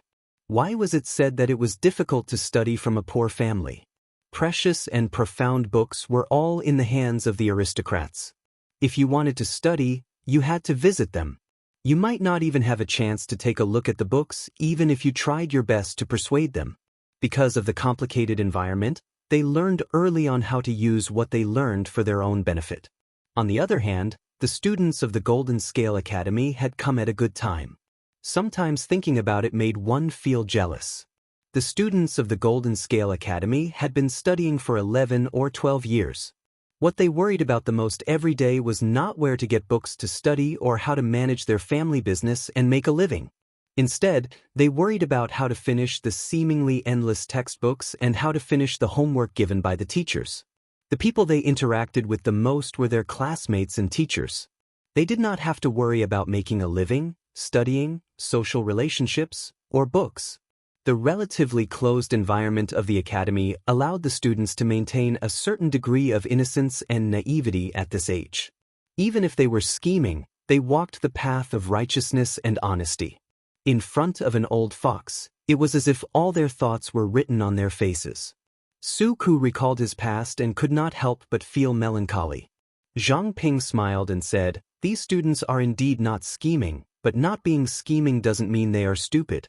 After leaving the academy and seeing a wider world, they can learn some things on their own without being taught by others. Xiaoyu, you don't have to worry about them. A high EQ could not make up for a low IQ, but a high IQ could make up for a low EQ. Su Ku nodded in agreement. Zhang Ping's words were not unreasonable. While everyone was whispering, the students participating in the assessment arrived at the drill ground one after another. They lined up neatly according to their classes. It was not without reason that the ancestors said, Clothes make the man. These students did not all have exquisite looks, but the scholarly quality that they had cultivated for more than 10 years, coupled with the blue and white school uniform with wide sleeves and a large cloak, gave them a sense of elegance and beauty. She was satisfied to be obsessed with looks. Because there were more subjects, one day was not enough, but Jiang Pingji said that she had plenty of time. She could take the exams one by one, so she was not in a hurry. The first subjects were horse riding and archery. Each could accumulate 30 points. According to the procedure, Master Yuan Jing, Wan Xian, and Cheng Cheng spoke one after another. Finally, Jiang Pingji spoke last. Jiang Pingji did not waste the students' time. She was concise and to the point, but her words were full of threats. Because this was the first graduation assessment, many influential people were invited to watch. This was not only a stage for them to show the educational results of the Golden Scale Academy to the outside world, but also a stage for them to show themselves. If they did not perform well under such circumstances, Wei Si and the others broke out in a cold sweat. Was there such a threat to the students? The atmosphere in the military camp is austere. My lord's words made the students even more nervous. How could they not be nervous? This was the drill ground of the military camp, and there were close to 10,000 elites stationed around the drill ground. The imposing aura alone made them feel oppressed, not to mention the fact that there were more than 100 VIPs sitting in the temporarily built stands that were usually heard about but never seen. Not only were there the Duke of Lanting and his important ministers, but there were also famous scholars and some well-known gentry clan leaders. How could they not be stressed when they were taking the exam under their noses? It was very stressful. Chapter 1779. If it was inappropriate, it had to be changed to teach the students practical things. Was this Jiang? The Academy's martial arts masters naturally followed Ji Ye's original instructions. Therefore, the writing taught by the Academy had been improved. The assessment was more in line with the current battle forms. The horse riding test was divided into 5 scoring tasks, each of which was worth 6 points. Ming He Luan, to steer the horse so that the bells hanging around the horse's neck and limbs would be in sync. Even if it wasn't a song, it definitely couldn't make any clanking sounds. If the horse could play a more complete song, needless to say, it would be a perfect score. Song of Chasing Water, to let the rider ride the horse steadily on the bumpy road. Similarly, the horse's bells could not be messed up. Passing the monarch's watch, this was a bit of an etiquette test, but it also tested the rider's riding skills. The rider had to drive through the narrow gate and at the same time, salute and pay respect. If he did not do well, points would be deducted. Dancing on the thoroughfare, this was considered an obstacle course. The rider galloped back and forth, accurately performing all kinds of movements according to the examiner's instructions. Chasing birds, this should be considered an actual battle. Accurately driving the prey, making it easy to shoot. The drill ground was large enough to allow 50 students to take the assessment in a group at the same time. The horses used were all relatively docile mares.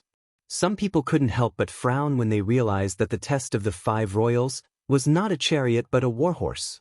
They were more conservative in their bones and worshipped the ancient style. They couldn't quite accept such changes with the times. It's like a bunch of devils dancing wildly. It's so nondescript. A famous scholar who was invited to watch secretly rolled his eyes and whispered to his friend in a low voice. His friend laughed.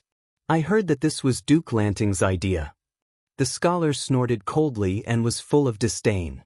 When he saw that the rider was a woman, he was so angry that his beard almost curled up. He kept saying that it was improper for a woman to perform the 5 royals in front of so many people. How could he watch? He couldn't watch. If he wasn't afraid of Jiang, Ji would get angry. He wanted to flick his sleeves and leave. He silently said in his heart, comforting himself to give Jiang some face. If he didn't want to watch, he would close his eyes and ignore. There were many others who had the same thought as the scholar. On the contrary, Feng Zhen and the others watched with great interest. The examinees were divided into groups to draw lots. The first group only had 16 female students. Sun Lan's luck wasn't too good. She was in the first group, and her warhorse was also randomly assigned. Give me some face today. If you do well, I'll buy you a few boxes of horsegrass to reward you. His mouth was mumbling something when he heard the sound of clothes rubbing against each other. He turned his head to look and saw that the girl next door had steadily climbed onto the horse's back.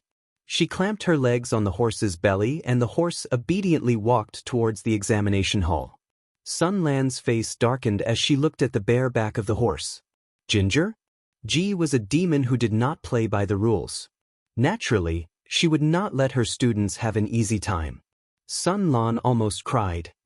At least give me a stirrup, yes, Jiang? Ji Yunshu ordered his men to remove the stirrups from the horses, leaving only the saddle. Underscore stirrups had only been around for a few years, at least for Li when this guy joined the army. He was used to riding without stirrups. Now that stirrups were popular, the threshold for riding a horse had also been lowered.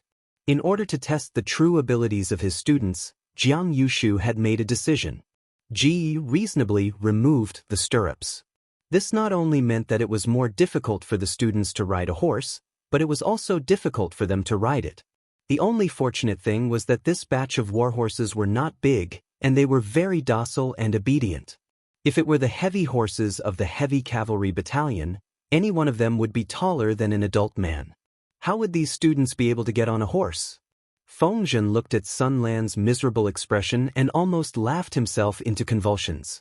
Zhang Ping was puzzled. I wonder what the Lord's intention is in removing the stirrups? Feng Zhen said mysteriously, Shiheng, you may not know this. If you don't rely on stirrups to get on a horse and ride a horse, your waist is not bad. Zhang Ping?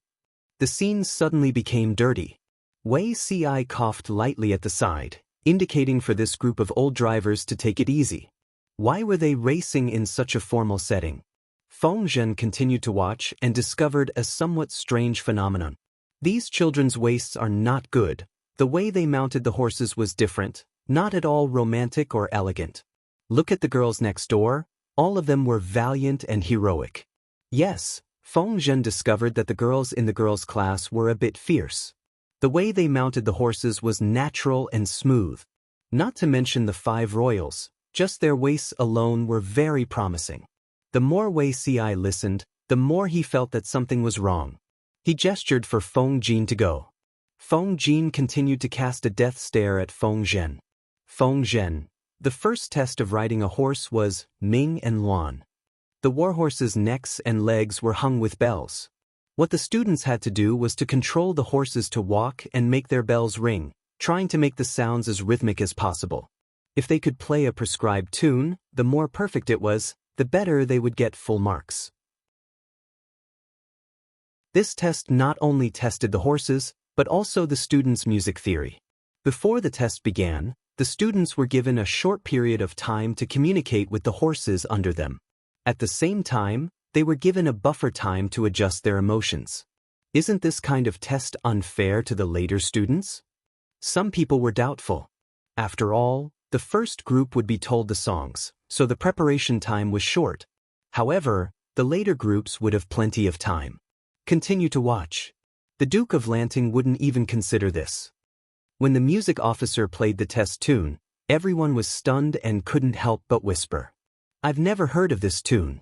Brother XX is proficient in music theory, do you have any impression of it?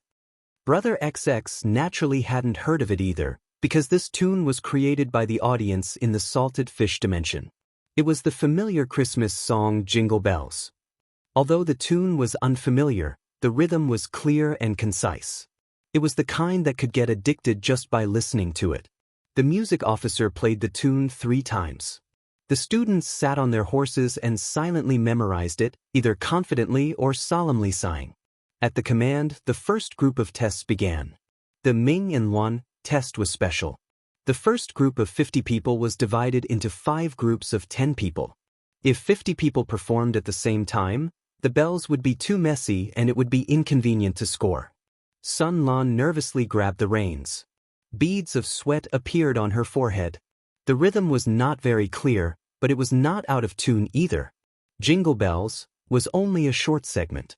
The performance didn't need much time. The scoring criteria were not only limited to the tune, but also depended on whether the person riding the horse's movements were smooth and whether they looked confident. Sun Lan estimated the approximate score in her heart. She couldn't get full marks out of 6, but she could get 4. Sure enough, Ming and Luan are free marks for the female class. Sun Lan rode to the side and watched the performance of the next group. She found that the performance of the two female students in the first group was quite outstanding. Not only were their tunes on point, but the horses under them also cooperated smoothly. There was no doubt that they would get full marks. Looking at this performance, they could also get high marks in the next 4 tests. The horse riding test not only depended on one's ability, but also a certain element of luck. After all, the test content had to cooperate with the horses. There was no doubt that the horses under the female students were not only docile but also obedient. Well, it should be said that they were too obedient. Not long after, the test of 50 people ended. Only one of the 16 female students did not get full marks. The reason for not getting full marks was that the tune was out of tune. Of the remaining 34 male students, only 10 of them got full marks. The rest all got 4 to 5 marks. Sun Lan's performance was better than he expected. She actually got 5 marks. The few celebrities who were originally disdainful were also silent. Even though they were still very disdainful, they had to admit that the performance of the female students was perfect and impeccable.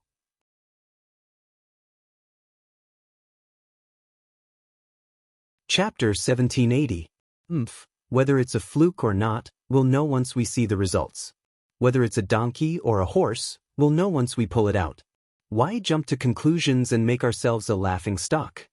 Feng Zhen suddenly raised his voice and joked with Zhang Ping beside him.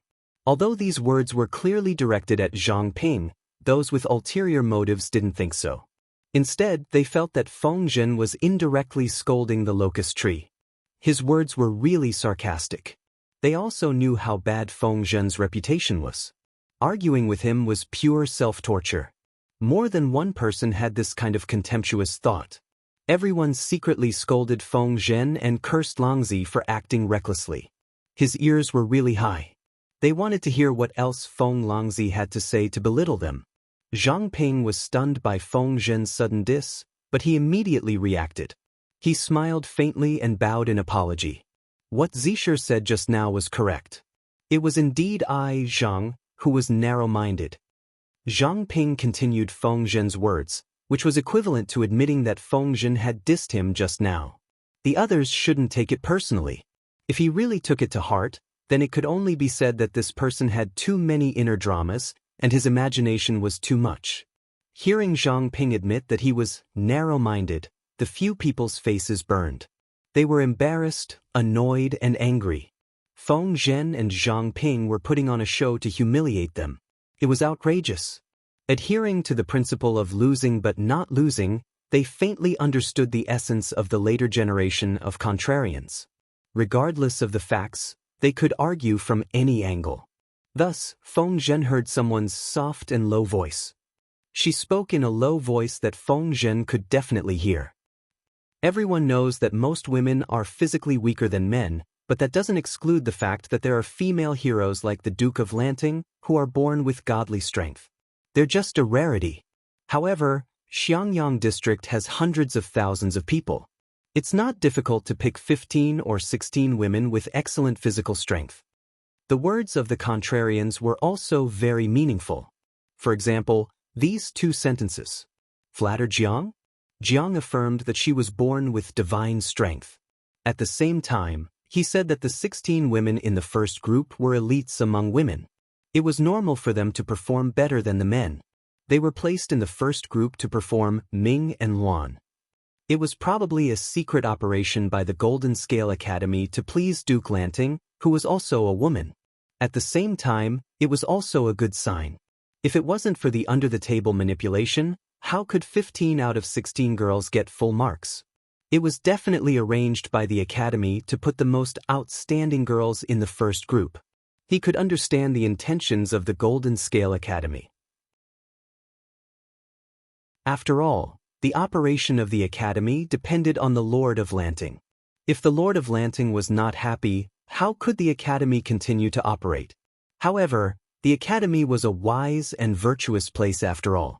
How could they be infected with the bad habit of sucking up to those in power? Bowing to power and worldly power is really disgusting. A normal person would not be able to understand the thoughts of a contrarian. They had their own set of perfect logic, and arguing with them was a waste of time. Feng Zhen snorted coldly. Zhang Pingho smiled and comforted him in a low voice, in case Feng Longzi suddenly went crazy and made a fool of himself, ruining the assessment.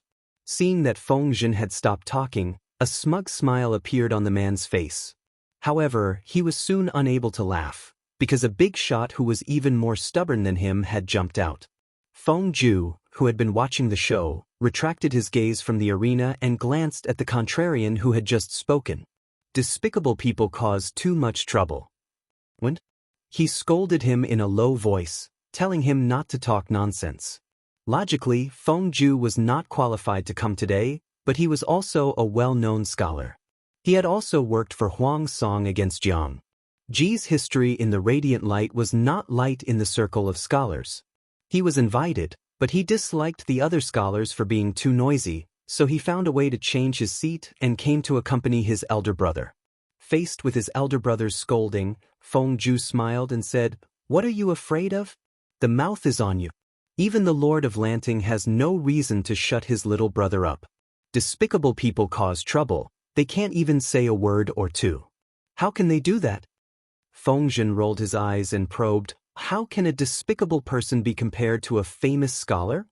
A famous scholar is not necessarily a despicable person, and a despicable person is not necessarily a famous scholar." Feng Zhu shook his head and said, "Those who have high prestige but are not officials are called famous scholars. Those who write books and write theories are called famous scholars. Those who are open-minded and do not care about trifles are also called famous scholars. Although they are all famous scholars, there are different levels. If it's a third party, they don't have to be a genius or come from a noble family. They just need to drink often, make friends with famous people with wine and rare toys, brag, be familiar with the Lisa, and know 1 or 200 volumes. Then they can be called a famous scholar." The threshold was so low. The people who joined the circle of scholars had different moral standards. It was hard to guarantee that there were no despicable people. Feng Zhu's words were not polite. He was just short of pointing at their noses and scolding them. The few scholars were so angry that they jumped up and down. They endured and endured. Under the comfort of their friends, they did not challenge Feng Zhen or Feng Zhu to a duel. Seeing that they were so angry that they were grinding their teeth, Feng Zhen felt happy. He poured a cup of wine and toasted in Feng Zhu's direction from afar. Feng Zhu smiled and raised his cup in return. The two looked at each other and smiled. They drank the wine in their cups in one go. To this, Delong Feng? Erlang Feng Jin's feelings were the most complicated. They always felt that Feng Zhen and Feng Zhu were like tortoises looking at mung beans. They liked each other and did not know what kind of trouble they would cause in the future.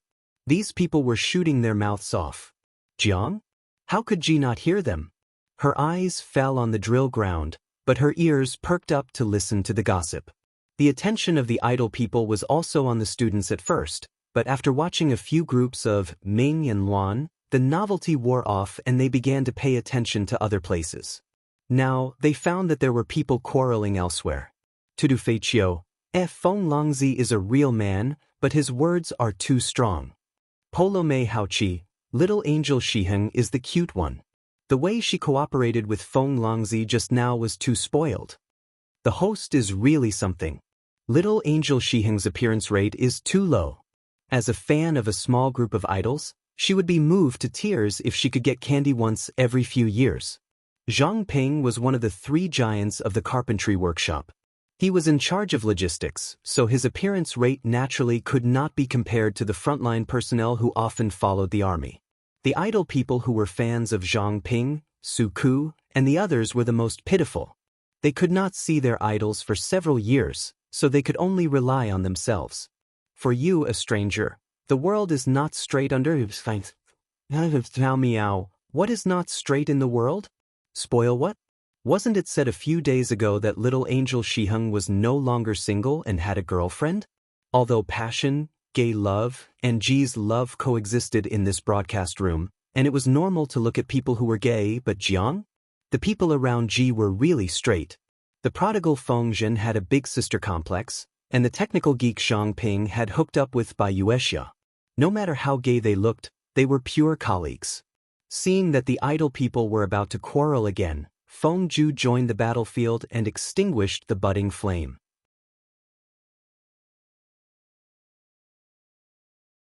Chapter 1781. Lan Chui Yubuja. I always thought that being a celebrity was a noble profession. You can call yourself a celebrity just by reading a few books, being good at socializing, bragging, and marketing. Why do I suddenly feel like a marketing account when you explain it like that? Gui Kai Gua Feng Xiao. It's not a marketing account, it's obviously a social butterfly. Tudu Fei Chiu. No. It's obviously a social butterfly who runs a marketing account. Jiang? Ji glanced at the bullet screen and almost couldn't hold back her laughter. It was true that there were high-quality and cultured people in the celebrity circle, such as Feng Zhu, who was really talented, and Zhang Ping in the past. He belonged to the category of people who had a high reputation but did not become an official. However, there were also speculators who used fame and connections as capital to advance their careers. With such an analysis, there was indeed a sense of déjà vu from a marketing account. Jiang? Ji had been developing for many years. Those celebrities had often used their fame and connections to diss Jiang. If it wasn't Jiang, Ji had the ability, and Wei Ci was good at controlling public opinion. Maybe her reputation would really be discredited by these celebrities. Why did people say that one should not offend these scholars? Wasn't it because they had pens in their hands and could control public opinion? Once they started to control public opinion, Ji would be defined as a tyrant. In the future, there would be countless people who would discredit her. Don't look down on these celebrities. It was no joke if they united to discredit a person. Listening to Feng Zhu's blunt diss, she suddenly understood why she got along with Feng Zhu in Wei Ci's previous life. His temper was really to her liking. If she didn't like it, she would argue back. If she couldn't argue back, she would show her fists. She wouldn't suffer any losses. It was nonsense to say that a gentleman's revenge was never too late. If there was enmity, it was the right way to take revenge on the spot. For example, these girls from the Golden Scale Academy were indeed given to Jiang. Ji fought for a breath of air. If the outstanding performance of the first group of 16 girls was a fluke, then the stable and outstanding performance of the next 3 groups of girls made some contrarians speechless. Those girls' outstanding writing skills were obviously hard work.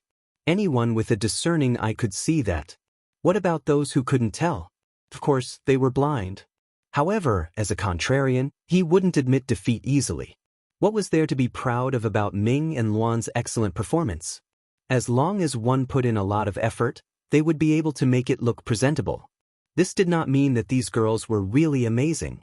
Sun Lan's hearing was pretty good, and he was one of the first batch to finish the exam. While watching from the side, he could also pay attention to the people in the stands. What are you thinking about? The third group, Feng Yi, had completed the test and was riding over. There was a thin layer of sweat on his forehead, and his jade-like face was dyed red. The way he rode on the back of the horse made him look even more youthful. As the spring breeze blew, his wide sleeves fluttered in the wind, and his hair ribbon fluttered in the wind. This youth's graceful bearing made him a dazzling existence in the crowd. Sun Lan glanced at her friend and smiled. I'm thinking that those people with loose tongues. Do they think their faces are too thick? That it doesn't hurt to hit them? Feng Yi had a puzzled look on her face as she jumped off the horse. She carefully tidied up her appearance and handed the reins to the groom. The groom had to lead the horse away for the next group of students. What talkative person? You mean them? Feng Yi was smart. Even if she didn't hear what the scholars said, she could roughly guess what they were talking about. Sun Lan sighed. The male class lost completely in the horse riding event, but those scholars are still looking for excuses. It makes us even more incompetent. Forcefully maintaining their dignity was the most fatal thing. The senior male students of the Golden Scale Academy had tacitly accepted that they were outclassed in horse riding and archery, but outsiders who didn't understand the situation were still looking for excuses for them. Sun Lan was thin-skinned. The more she listened, the more ashamed she felt. She really wanted to beg them to shut up. Feng smiled. This can't be helped. In their opinion, women are naturally weaker than men. They shouldn't perform so well in horse riding, and archery. Once the facts exceed their expectations, they will naturally find all kinds of excuses to justify their arguments. Unintentionally, Feng Yi understood the nature of the contrarians. Sun Lan said, "But isn't it known to everyone that the Duke of Lanting met an immortal and was taught a book?" Everyone knew that the Duke of Lanting met an immortal when she was young. The immortal taught her a godly book and taught her how to make up for the 30% yang qi that a woman lacked when she was born. After making up for the lack of yang qi, a woman's physique would be the same as a man's. They couldn't be judged by so-called common sense anymore. Before these celebrities jumped to conclusions, didn't they know about the studies of the girls of the Golden Scale Academy? Regardless of gender, the morning classes were the same. In the afternoon, the men learned horse riding, archery, and swordsmanship, while the women learned needlework, horse riding, archery, and martial arts. The girls learned the same martial arts as the Duke of Lanting. They learned for more than 10 years. If they couldn't fight, then who could? Didn't they know that the male students of the Golden Scale Academy didn't dare to provoke the girls? Feng Yi pondered for a while before coming to a conclusion. There will always be people who don't believe in heresy. Sun Lan said, "That makes sense." While they were talking, Feng Yi's results were also out.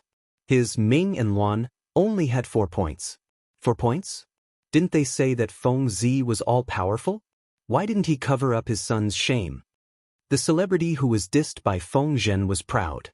Feng Zhen bragged about how outstanding his son was every day, but he only got 4 points. His results were below average. Feng Zhen didn't feel embarrassed. He felt embarrassed for the other party. He had been bragging for so many years, and now he was finally going to break. Feng Zhen was very calm and wasn't affected in the slightest. Feng Yi's physique was like his. Performing Ming and Luan required physical and mental strength. The troublemaker even removed the stirrups. It wasn't just difficult. The rider had to use the strength of his waist and legs to control the horse. It was normal that Feng Yi didn't get full marks. Zhang Ping saw his calm expression and was even in the mood to encourage his son with his eyes. He was very curious. His son had embarrassed his father, but Feng Longzi wasn't angry? Feng Zhen rolled his eyes and said, "Among the 5 royals, Ming and Luan, and passing the monarch, used the least energy. Rong Li's physique is like mine, weaker than the average person. If he tried his best in the first section, he could get full marks, but for the song of chasing water, dancing on the thoroughfare, and chasing bird to the left, he wouldn't be able to do it. In this way, the losses outweigh the gains. It's better to play it safe." The 5 royals only got 30 points. If he did well in the other 5, wouldn't his score be pulled back? There's still 180 points for the miscellaneous exam. Why do you care about these 2 points? Hearing this, Zhang Ping sighed. Feng Longzi didn't seem reliable. Previously, he'd been complaining about practicing a smuff and not caring about his eldest son, but he saw it more clearly than anyone else. From this aspect, he seemed to be a good example of a good father. Zhang Ping was going to be a father soon. As a newbie, the shortcut to gaining experience was to learn how other fathers did it. Feng Zhen had a good son. The details of his education would naturally attract Zhang Ping's attention. Looking at it this way, there were indeed merits to be gained.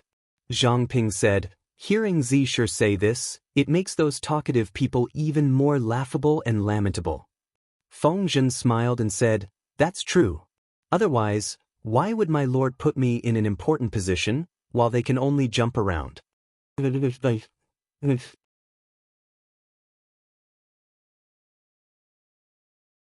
Chapter 1782. In the past, Feng Zhen's private life was more dissolute, and he acted like a prodigal son. This made some salted fish dislike him. Underscored salted fish preferred a gentleman like Wei Ci, who was clean and modest, even if he was usually the second male lead. As for Feng Zhen, if he was the male lead in a romance novel, his parents would not recognize him. However, a charming person would eventually attract the attention of others. Feng Zhen was not the male lead in a romance novel. His fans were more rational and knew that one's value could not be judged solely by his private life. Moreover, Feng Zhen's first wife, Feng Yi, died in childbirth. After that, he was single for many years before marrying Wan Xiu. During this period he was a bachelor. As a bachelor, he did not steal, rob, or commit crimes. He only liked to visit women's places, drink wine, and look at mature women to satisfy his physical needs. He did not harm the interests of others, and his conduct was considered righteous. In this way, his dissolute lifestyle was not a big problem for salted fish. Most importantly, after Feng Longzi got married, he focused on his family. Compared to those men who had 3 to 5 concubines after marriage and lived a drunken life, as well as the modern scumbags who had illegitimate children, mistresses, and cheated on their partners, Feng Longzi was simply a good man. This earned Feng Zhen quite a few fans.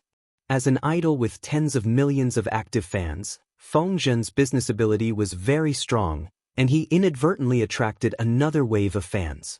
For example, this time, Feng Zhen, as an ancient person, had a similar open-mindedness and parenting experience to modern people. He was also direct and efficient in his criticism. If one did not become a fan of such an idol, then who would? When Jiang Pingji found that the bullet screen was full of comments related to Feng Zhen, this guy's popularity soared like a rocket. Feng Longzi's mama fan. After following the live stream for so many years, I realized that Feng Longzi is the father with the most modern parenting concept among all the dads. Don't be fooled by his usual lack of style, but outsiders can see that he interacts with his son on an equal footing. He does not use his status as a feudal parent to control everything about his children. Just based on this point, I think many modern parents can't do it. Jiang Pingji secretly nodded at this comment. She did not know why, but almost none of the ministers around her were old-fashioned and pedantic. She had never heard of any family that valued sons over daughters. On second thought, birds of a feather flock together. This was the personality of the Lord. Of course, the officials who were attracted to her also had something in common.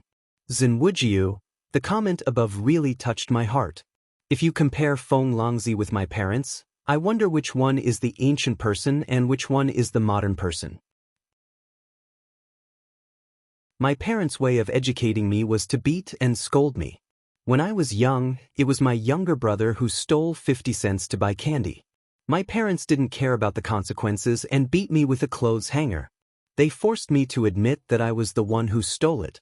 They beat the clothes hanger until it broke and my body was covered in black and blue marks. Later, when they found out that it was my younger brother, they pretended that nothing had happened. They even said that I was narrow-minded and bore a grudge until now. Feng Longzi is a playboy, but after he has a family, he is a loyal and responsible man. As for my dad, the salted fishes remembered very clearly that Feng Zhen wasn't always right. There were also times when he made mistakes and was disciplined by his son. A patriarch who lived in feudal times could lower his pride and admit his mistake to his son, but their parents stubbornly refused to admit their mistake. Parents couldn't be wrong. Even if they were wrong, children couldn't ask their parents to apologize or challenge their parents' authority. Otherwise, it would be considered unfilial. Penglai umbrella dad, that's true. Feng Longzi did a good job. My grades used to be among the best. Later, because of puberty, weight gain, and being ostracized by my classmates, my grades plummeted. For the first time, my dad was called as a parent by the teacher. He didn't ask anything and directly slapped me 7 or 8 times in the teacher's office. He even kicked me in the stomach and scolded me with all kinds of nasty words. Feng Yi only got 4 out of 6. Feng Longzi analyzed rationally, understood his son, and even rebutted the gossipy old woman. Sigh, they couldn't be compared. Hashtag the heartless world owes a father like Feng Zhen. Hashtag for a time, topics related to Feng Zhen rushed to the hot search, causing many netizens to complain about their parents. The most attractive point of this topic was that Feng Zhen, the ancient people, had more open-minded parenting principles than modern parents. Some people said that the generation of parents was uneducated and old-fashioned. How could children be so vengeful? parents and children were connected by tendons even if their bones were broken. When children were scolded by their parents, it must be because they were at fault. How could they not be filial? These comments were naturally dissed by the salted fish who were reminiscing about the past. F*ck, even Feng Zhen, a standard ancient person, didn't talk about filial piety all day long. Instead, he said things like, "The father is kind and the son is filial," and "The father is not kind and the son is not filial." A group of modern people rushed to clean up the filial piety, and even said things like, "Parents can only understand the painstaking efforts of their parents." These remnants of feudalism should really transmigrate back to be ancient people. Maybe they would be even more famous than they were now. What painstaking efforts? Wasn't it because they had become parents and changed from being controlled to controlling others? Was it because they wanted to maintain the authority of their parents? If they really understood, shouldn't they reflect on themselves? Wrong is wrong, right is right? The salted fish didn't think that parents who stubbornly refused to admit their mistakes could set a good example for their children. Shanyumuxi musi, tiske, this kind of spicy chicken soup for irresponsible parents to clean up the mess is the most disgusting. For a time, there was a craze on the internet to learn from Feng Zhen, to learn how a feudal man should be a father and a husband. One wouldn't know if they didn't dig, but once they did, they were hooked. Even if Feng Zhen was a middle-aged ancient man in his 40s with a wife and a son, it didn't stop a large number of female fans from following him. Jiang Pingji looked at the grand scene on the bullet screen and looked at Feng Zhen with a teasing gaze. TSK, how refreshing. A prodigal son that everyone despised could actually become a good father and husband. This is probably the generation gap. A generation gap every 3 years. Based on this calculation, the economic and technological level of this era and the salted fish dimension were many generations apart. At the same time, Feng Zhen didn't know that he had become an internet celebrity in the other two dimensions. He said he despised his son, but his body was honest. He sent someone to smuggle some things for his son. Peanut cake. This kind of snack was very cheap for salted fish. One could buy a caddy of it online for more than 20 yuan, but it was rare in this era. Not everyone could afford to eat it. Feng Yi generously shared some with her friends. The graduation exam was a big event for them. Afraid that they would make a mistake during the exam and affect their performance, the students didn't dare to eat too much. Feng Yi was a little hungry after taking the Ming and Luan exam. You can't tolerate hunger. Eat more yourself. They stayed in the crowd and had wide sleeves to hide their faces. Secretly eating something wouldn't attract attention. Feng Yi said, "Father gave me a plate. It's enough." Sun Lan seemed to have thought of something and looked at Feng Yi with envy.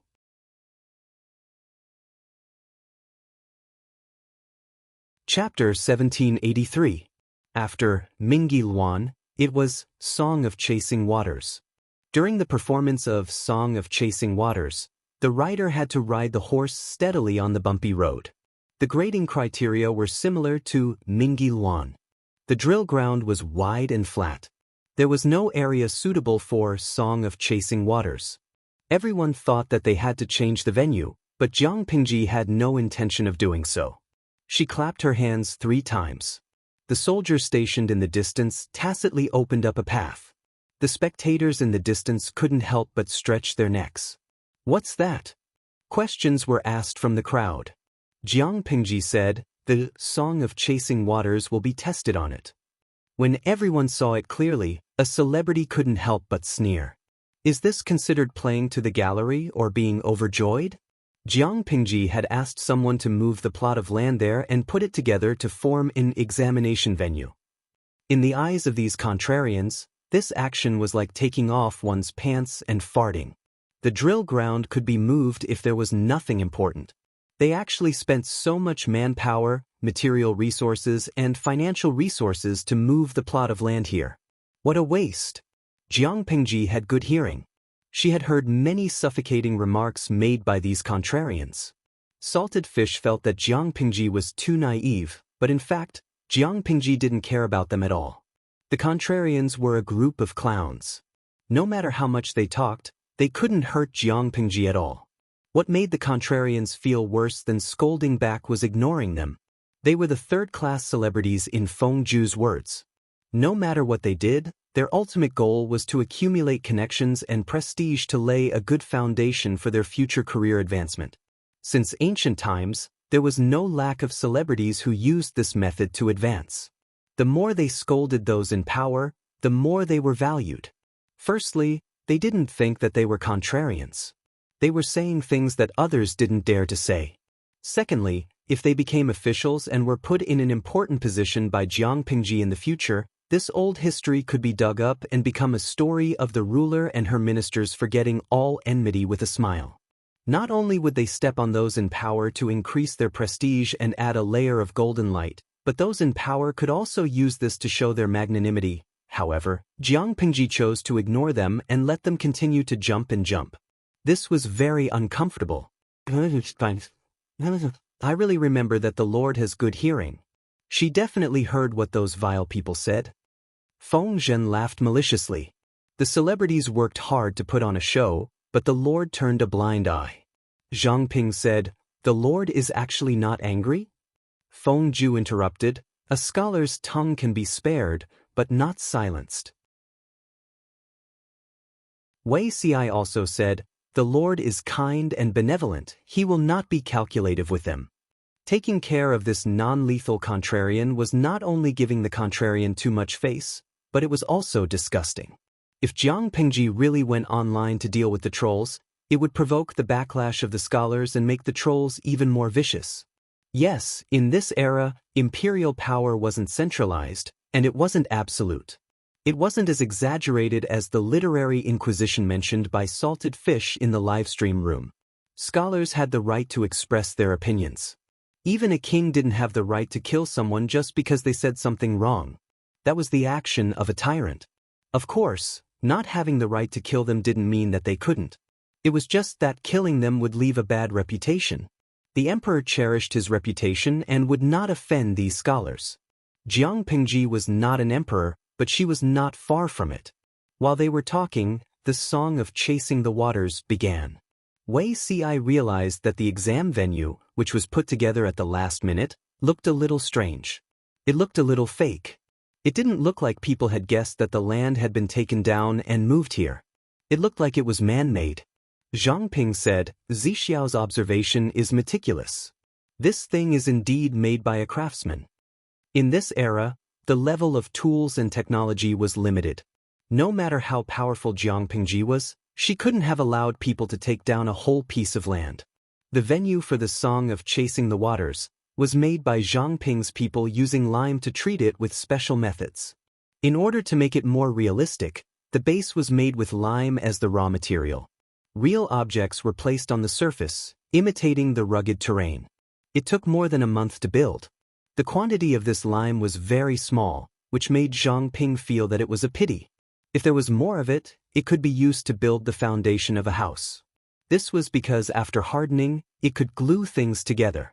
It was strong and hard, so it was a good auxiliary material for building roads and houses.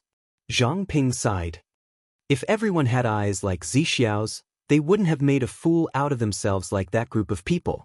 Wei Ci smiled faintly without saying anything. The Song of Chasing the Waters assessment was also divided into groups of 50 people. Each group was made up of 10 people.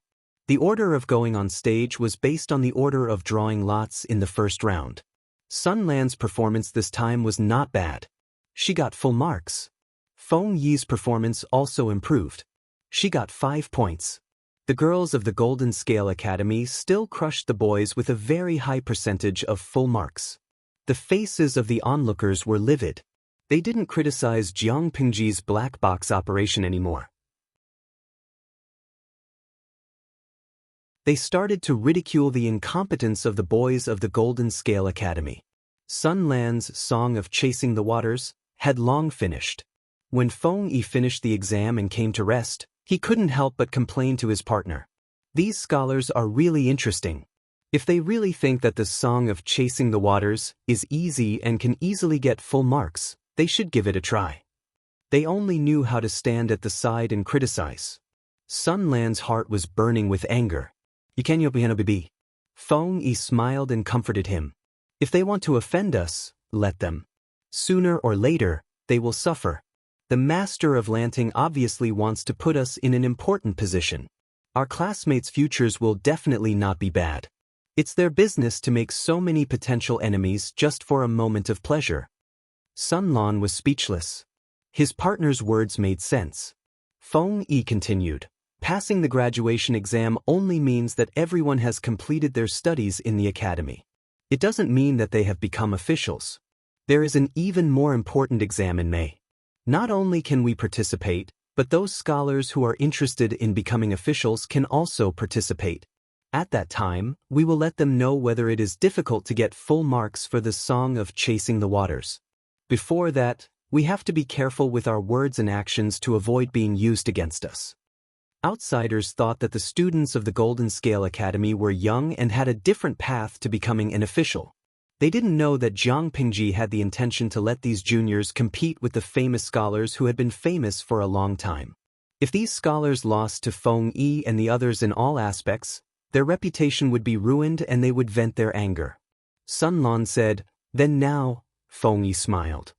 "Strive to get a good ranking. Otherwise, how are you going to explain to military advisor Qiguan?" Qiguan Rang's father-in-law was difficult to deal with. Even if Sun Lan made Qiguan Jingwei relent, Qiguan Rang couldn't be dissatisfied with Sun Lan. Sun Lan was speechless. He almost forgot about his father-in-law. He was a little scared when he thought of his future father-in-law's dark face. "Wrongly, do you think I can get into the top 10? He didn't even want to be in the top 3. It would be good to be in the 10th place. Feng Yi looked at his partner with pity in her eyes.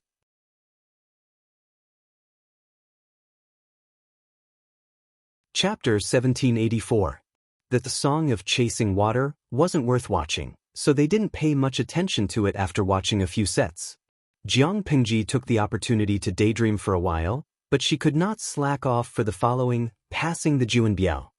When the students started, salted fish's topic of discussion changed from Feng Zhen to Jiang Pingji. But passing the Jun's watch was a test of one's writing skills. There was also an element of etiquette in it. Specifically, one had to salute Jiang Pingji. Upon seeing this familiar scene, the salted fishes exploded. Billy animation. If you're not afraid of death, don't you think this is like a military parade? Cafeteria Daffin Ante. For example, the host said, "Thank you for your hard work," and the students replied, "To serve the Lord?" Tudu Faccio. Previous post, I've put you on the November list. Juicer, open the door, check the meter, Dongfeng Express. Jiang Pingji didn't quite understand the political situation in salted fish's dimension. She didn't quite understand the underlying meaning of their banter. Salted fish wasn't the only one who was in an uproar. The celebrities couldn't sit still either. They all knew Jiang Pingji's ambition. They knew that all she needed to do was to ascend to the throne and announce it to the world. However, as long as he did not ascend to the peak, he would not be a monarch. It would be unjustifiable for him to accept the greetings of the students of the Golden Scale Academy. However, no one cared about what they were thinking. Feng Zhen and the others were still watching with great interest. When the students performed, passing the monarch watch, they also felt their hearts fill with pride. Especially the girl from the Golden Scale Academy, her eyes were red after she left the stage. Fortunately, I didn't listen to them back then and give up. Now, the bitterness is over and the sweetness is coming. Even if they had independent household registration, even if they had studied for so many years, even if they had martial prowess and talent that others did not dare to underestimate, these girls still felt that it was too unreal. He was afraid that all of this was just an illusion, a beautiful dream that would disappear after he woke up. They grew up in the academy, and most of the girls were not so persistent about marriage. What they were worried about was their own prospects and future. Therefore, a few of them decided to go to the women's camp to develop themselves. Now, their positions varied from high to low, but their prospects were pretty good. Although they were putting their heads on their waistbands, the future was no longer unknown to them. Other than those who went to the military camp, there were also a few who were willing to marry because they liked a stable life. It was good for them to take care of their husbands and raise their children. In the future, when they had sons and daughters, they could also use what they had learned to teach them well. Who knows, they might even be able to cultivate good seedlings that could bring honor to their ancestors. Everyone had their own ambitions, and no one could force them to do so. A married classmate had also said something that was still fresh in his memory. The Duke of Lanting has never married in his 20s. Perhaps he thinks that all women in the world are like him, and let us stay in the academy until this age. However, women couldn't compare to men. How could they afford to drag it out for so many years? Everyone said that the Duke of Lanting intended to help a woman become an official. However, we had been studying in the academy for so long that we were almost worn out, yet there was still no news. Don't blame me. I'm 2 years older than all of you. I really can't afford to drag this on. You can still wait, but if I continue to delay, which future husband will want such an old man? Even if I marry him, I'll still be someone's stepmother and raise someone else's child. I'm sorry for all the years of nurturing you, Master Lanting. If there's a chance in the future, I'll repay you. Even though the Golden Scale Academy had tried its best to isolate the influence of the outside world on the students, they didn't stay in the academy all year round. There would always be times when they came into contact with the outside world. Faced with such an old age, seeing women of the same age getting married and becoming mothers, having their own bloodlines and stable families, an indescribable uneasiness spread from the bottom of their hearts. They were like passers-by walking in the dark, unable to see their future. They didn't know whether they were stepping on a sunny path that led to a bright path, or a single-plank bridge filled with thorns and dangers, or a lofty cliff. These worries were also shared by the girls who stayed behind. Some of them couldn't afford to gamble, so they retreated to the safe haven and chose to marry and have children. However, today, when they drove the chariot past the shaft of the gate and looked at Jiang Pingji, their uneasiness and confusion vanished like smoke in thin air. In the end, they still waited for the opportunity, waited for the light, and saw that the future was a sunny path instead of a lofty cliff that they had been worried about. Compared to Mingyi Luan and Chou Shui Chu, which had a large number of points deducted, passing the ruler's watch had a higher percentage of full marks. Feng Yi finally got the first full mark. Of course, he wasn't happy because of this, because the next segment was dancing on the streets and chasing birds by the left. These two segments tested one's stamina, endurance, and technique. Feng Yi's body wasn't strong enough, so there was no hope of getting full marks. Even so, Feng Yi had a brilliant performance in the dancing on the streets segment. Who asked him to be so good-looking and elegant? His performance attracted the attention of many of the wives of the aristocratic families. They secretly asked which family he was from to have such a graceful bearing. The moment they asked, the faces of the wives darkened. It wasn't that they despised Feng Yi for being Feng Zhen's son, it was just that Feng Yi had been engaged by Feng Jin's daughter. No matter how good he was, wouldn't he still be someone else's son-in-law? After searching and searching, there would always be a good candidate who was alone. After searching and searching, they really did find a few targets that they were satisfied with. These young talents were all from aristocratic families, and they were not bad-looking. Among them, the most popular ones were the two sons of the Feng family. Even if their results weren't outstanding, they were born with a dazzling halo. Especially Feng Gui's eldest son, the eldest son of the direct line of descent, who was going to inherit the Feng family in the future. The second son of the first wife was also not bad. He did not have the pressure of inheriting the clan and was worthy of his daughter. When they heard that the two young men of the Feng family had a divorce from their legal mother, and that Feng Gui's wife was now the stepmother, their burning hearts cooled down a little. Children who didn't have a mother to teach them didn't seem very reliable. Jiang Pingji was seriously observing the potential of these students, but a group of wives from aristocratic families were looking for matchmaking partners for their children smiley face, salted fish. They watched the ancient version of dressage with great interest. Even if they didn't understand the intricacies of it, it was still very pleasing to the eyes to see a valiant and heroic girl or a graceful young man on horseback.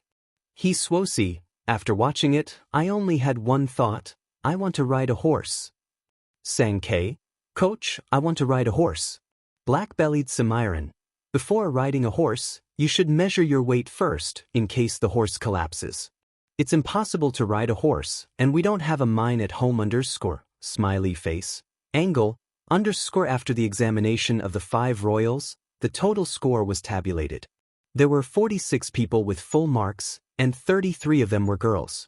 Fengyi's total score was 24, and she was below average. Sun Lan was slightly better than her, and she was above average, with a total score of 27. Jiang Pingji glanced at the score and said, "It's still early. Let's continue with the next subject." After riding a horse, she followed up with archery.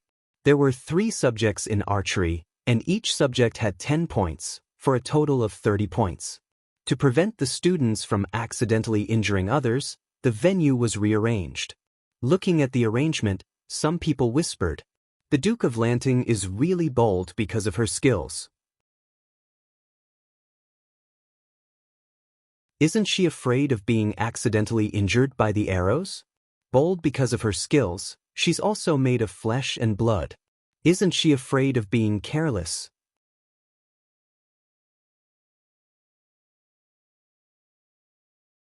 Chapter 1785.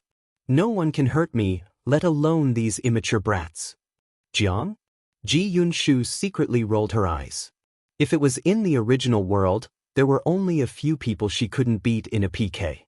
But in this world? Hee, a bunch of weak martial artists wanted to touch the hem of her clothes?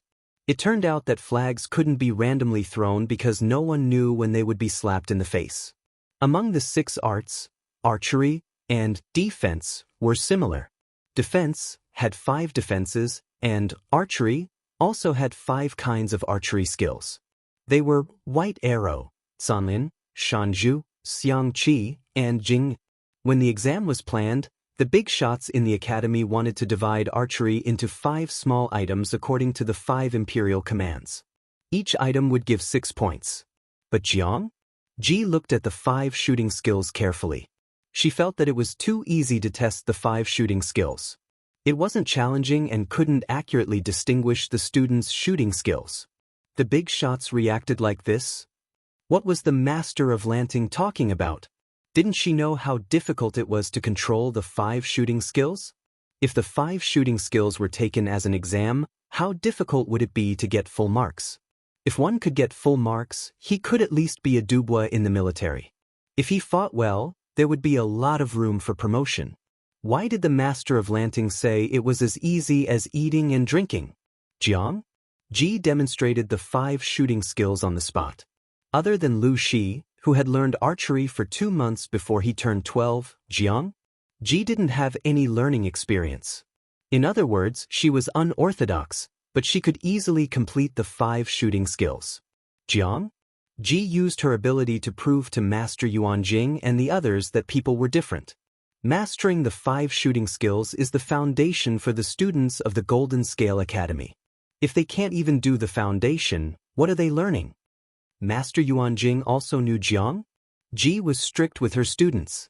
After some consideration, they cancelled the 5 shooting mode and changed it to 3 shooting. Although 3 shooting was 2 points less than 5 shooting, it was more than 2 times more difficult. When the examiner announced the 3 shooting skills, many students were confused. What's the use of only mastering the 5 shots? The enemy on the battlefield is alive, not a stationary target. You are also soldiers with legs and riding horses, not a piece of wood that stands motionless in the same place. Ji berated the examinees, interrupting their thoughts. Yes, Jiang? Ji shamelessly changed the exam topic. According to the initial arrangement, the students were divided into different distances to shoot at the faraway targets. The students would be graded according to the number of points they scored. Of course, when shooting an arrow, one had to use 5 different archery techniques. Only by fulfilling these conditions would one be able to get full marks. According to this assessment condition, out of the 200 participants in the Golden Scale Academy, at least 150 would get full marks. What's the difference between everyone getting full marks and everyone getting 0 marks? Naturally, he had to increase the difficulty of the test and widen the gap between the scores of students with different archery skills. So Jiang? Ji increased the difficulty by a little on the basis of 5 shots under. Is the Duke of Lanting sure that it's only a tiny bit of difficulty? Did the Lord of Lanting misunderstand the 2 words, a little, or did they misunderstand? After listening to the content of the 3 shooting skills, Sun Lan's face turned pale. The girls in the queue also had a serious look on their faces. I feel that, after this assessment, no one will be able to maintain full marks. Was the Lord of Lanting really testing them? Was he really not trying to kill them? Fengyi said, "There's always someone better than you. Don't be too full of yourself. There are many students with excellent archery skills. What if someone managed to get full marks on the transformative difficulty?" Sun Lan thought of her classmates in the female class and said humbly, "What Wang Lin said makes sense." The first item was fixed point target shooting. As long as the arrow didn't miss the target, they could get points. To get full marks, the examinees had to use 3 or more archery techniques. The second item was a moving target. The target was a dozen or so scarecrows. The scarecrows were mounted on a moving pulley. All the vital points on the scarecrows were marked with red circles. Similarly, the examinees had to use 3 or more archery techniques to hit the target to get full marks. The third item was even more ridiculous. The examinees had to move on horseback, and the target changed from a single scarecrow to several different species of scarecrows that moved irregularly. The examinees had to use 3 or more archery techniques to hit the vital points of the scarecrows to get full marks. Jiang? Ji saw that the examinees understood the rules, so he announced the start of the test. They're just a bunch of kids who haven't seen blood on the battlefield or even hunted. How can they get full marks? The spectators muttered in their hearts. They all agreed that these students couldn't get full marks. Even a sharpshooter from the military camp wouldn't dare to guarantee that he wouldn't lose a single mark in such a harsh test. In the end, when the first examinee got full marks, the chatter immediately died down. She's really a good seedling. Write down her name. If she can't become an official after this, I'll go to the Lord to ask for her. Jiang Nongqin was also present today. However, she was leading the troops to maintain law and order and protect the Lord. At the same time, she wanted to find good seedlings from the freshmen. The women's battalion had indeed developed rapidly in recent years, but only 50% of the troops were fighting at the front line. The remaining 50% were mainly logistics military doctors. To be honest, this was not conducive for the female soldiers to fight for real power in the army. However, there were no female generals from orthodox families of generals. She could only turn her attention to the students of the Golden Scale Academy. The few girls who left the Golden Scale Academy earlier were also in her camp. Their qualities and strength were obvious to all. The students of the Golden Scale Academy taught them everything. The art of war was also a compulsory subject. The qualities of these girls were not different from those of orthodox families of generals. If the outstanding ones among them were trained well, they might be able to carry the flag of the women's battalion. The assistant general beside her acknowledged her in a low voice and carefully wrote down the names. Compared to the previous 5 Imperials, the number of people who got full marks in this subject was much lower. As of now, 180 people had finished the exam, but only 9 of them got full marks. 7 of them were girls. Jiang? Ji Yunshu muttered, "There are still more than 20 people who haven't finished the exam. Maybe 1 or 2 of them can get full marks and make up for double digits." This result also dealt a big blow to many confident students. The remaining students who didn't take the exam were even more stressed. "My shooting skills are still worse than XXX's. He made a mistake and got 25 points. I'll be worse later. I heard that so-and-so in the female class's 5 Imperials was quite outstanding. He also made a mistake and lost points today." The remaining 20 or so students muttered in a low voice while queuing up. At this time, a student noticed that the expression of his classmate beside him was not quite right. "Are you okay? I saw that you were distracted just now. Now your face is even paler. If you're not feeling well, tell the examiner as soon as possible." His classmates' usual results were very good. He was better than him. Even he got 25 points in the 5 Imperials, but his classmate got the bottom. It was not a class at the bottom, but 200 people at the bottom. He only got 19 points. Looking at his distracted and pale face, it should be something wrong with his body that affected his performance. I'm fine. His classmate's eyes wandered, and his voice was a little weak. He said, maybe I ate something bad for breakfast. Don't tell the examiner that if I take the exam, even if I don't perform well, I'll still get points. If I don't take the exam, I'll get 0 points. I don't want to repeat a year. Then I'll let you lean on my shoulder. It'll be your turn later. Take a break first. The students of the Golden Scale Academy had been living and eating together for so many years. Occasionally there would be some conflicts, but overall, they were still united and friendly. Thank you. Not long after, it was his classmate's turn. I wish you success. His classmate's face was deathly pale. He lowered his head slightly, and the corners of his lips curled up weakly. Jiang? Ji took a look at the student's results and frowned slightly. As a student at the bottom, he performed poorly again this time.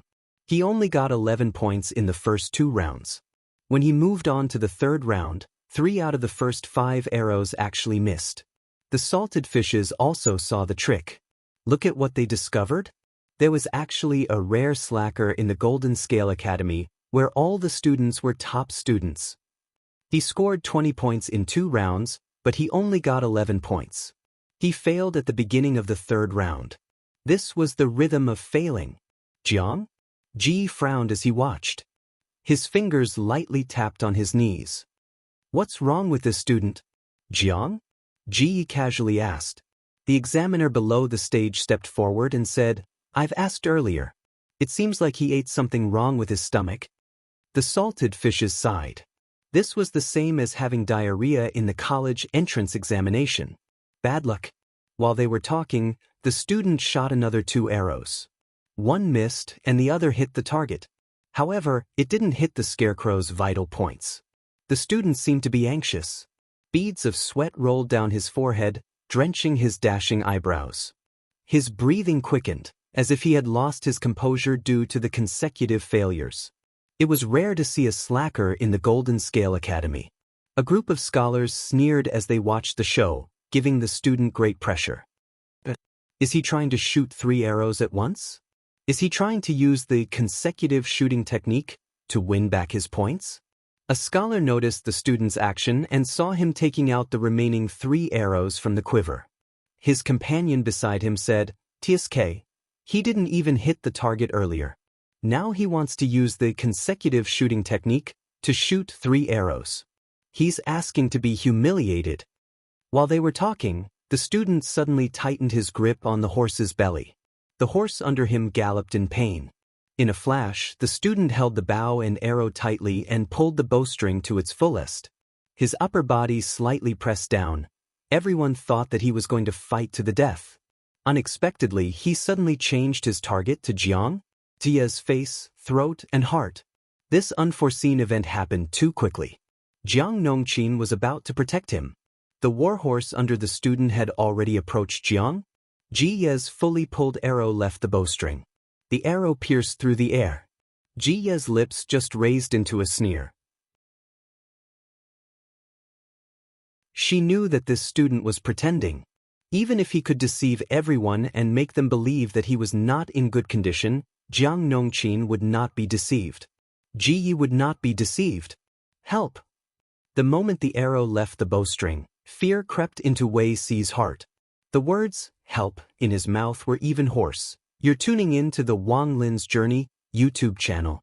Don't forget to subscribe and join us on this journey to catch the most captivating stories.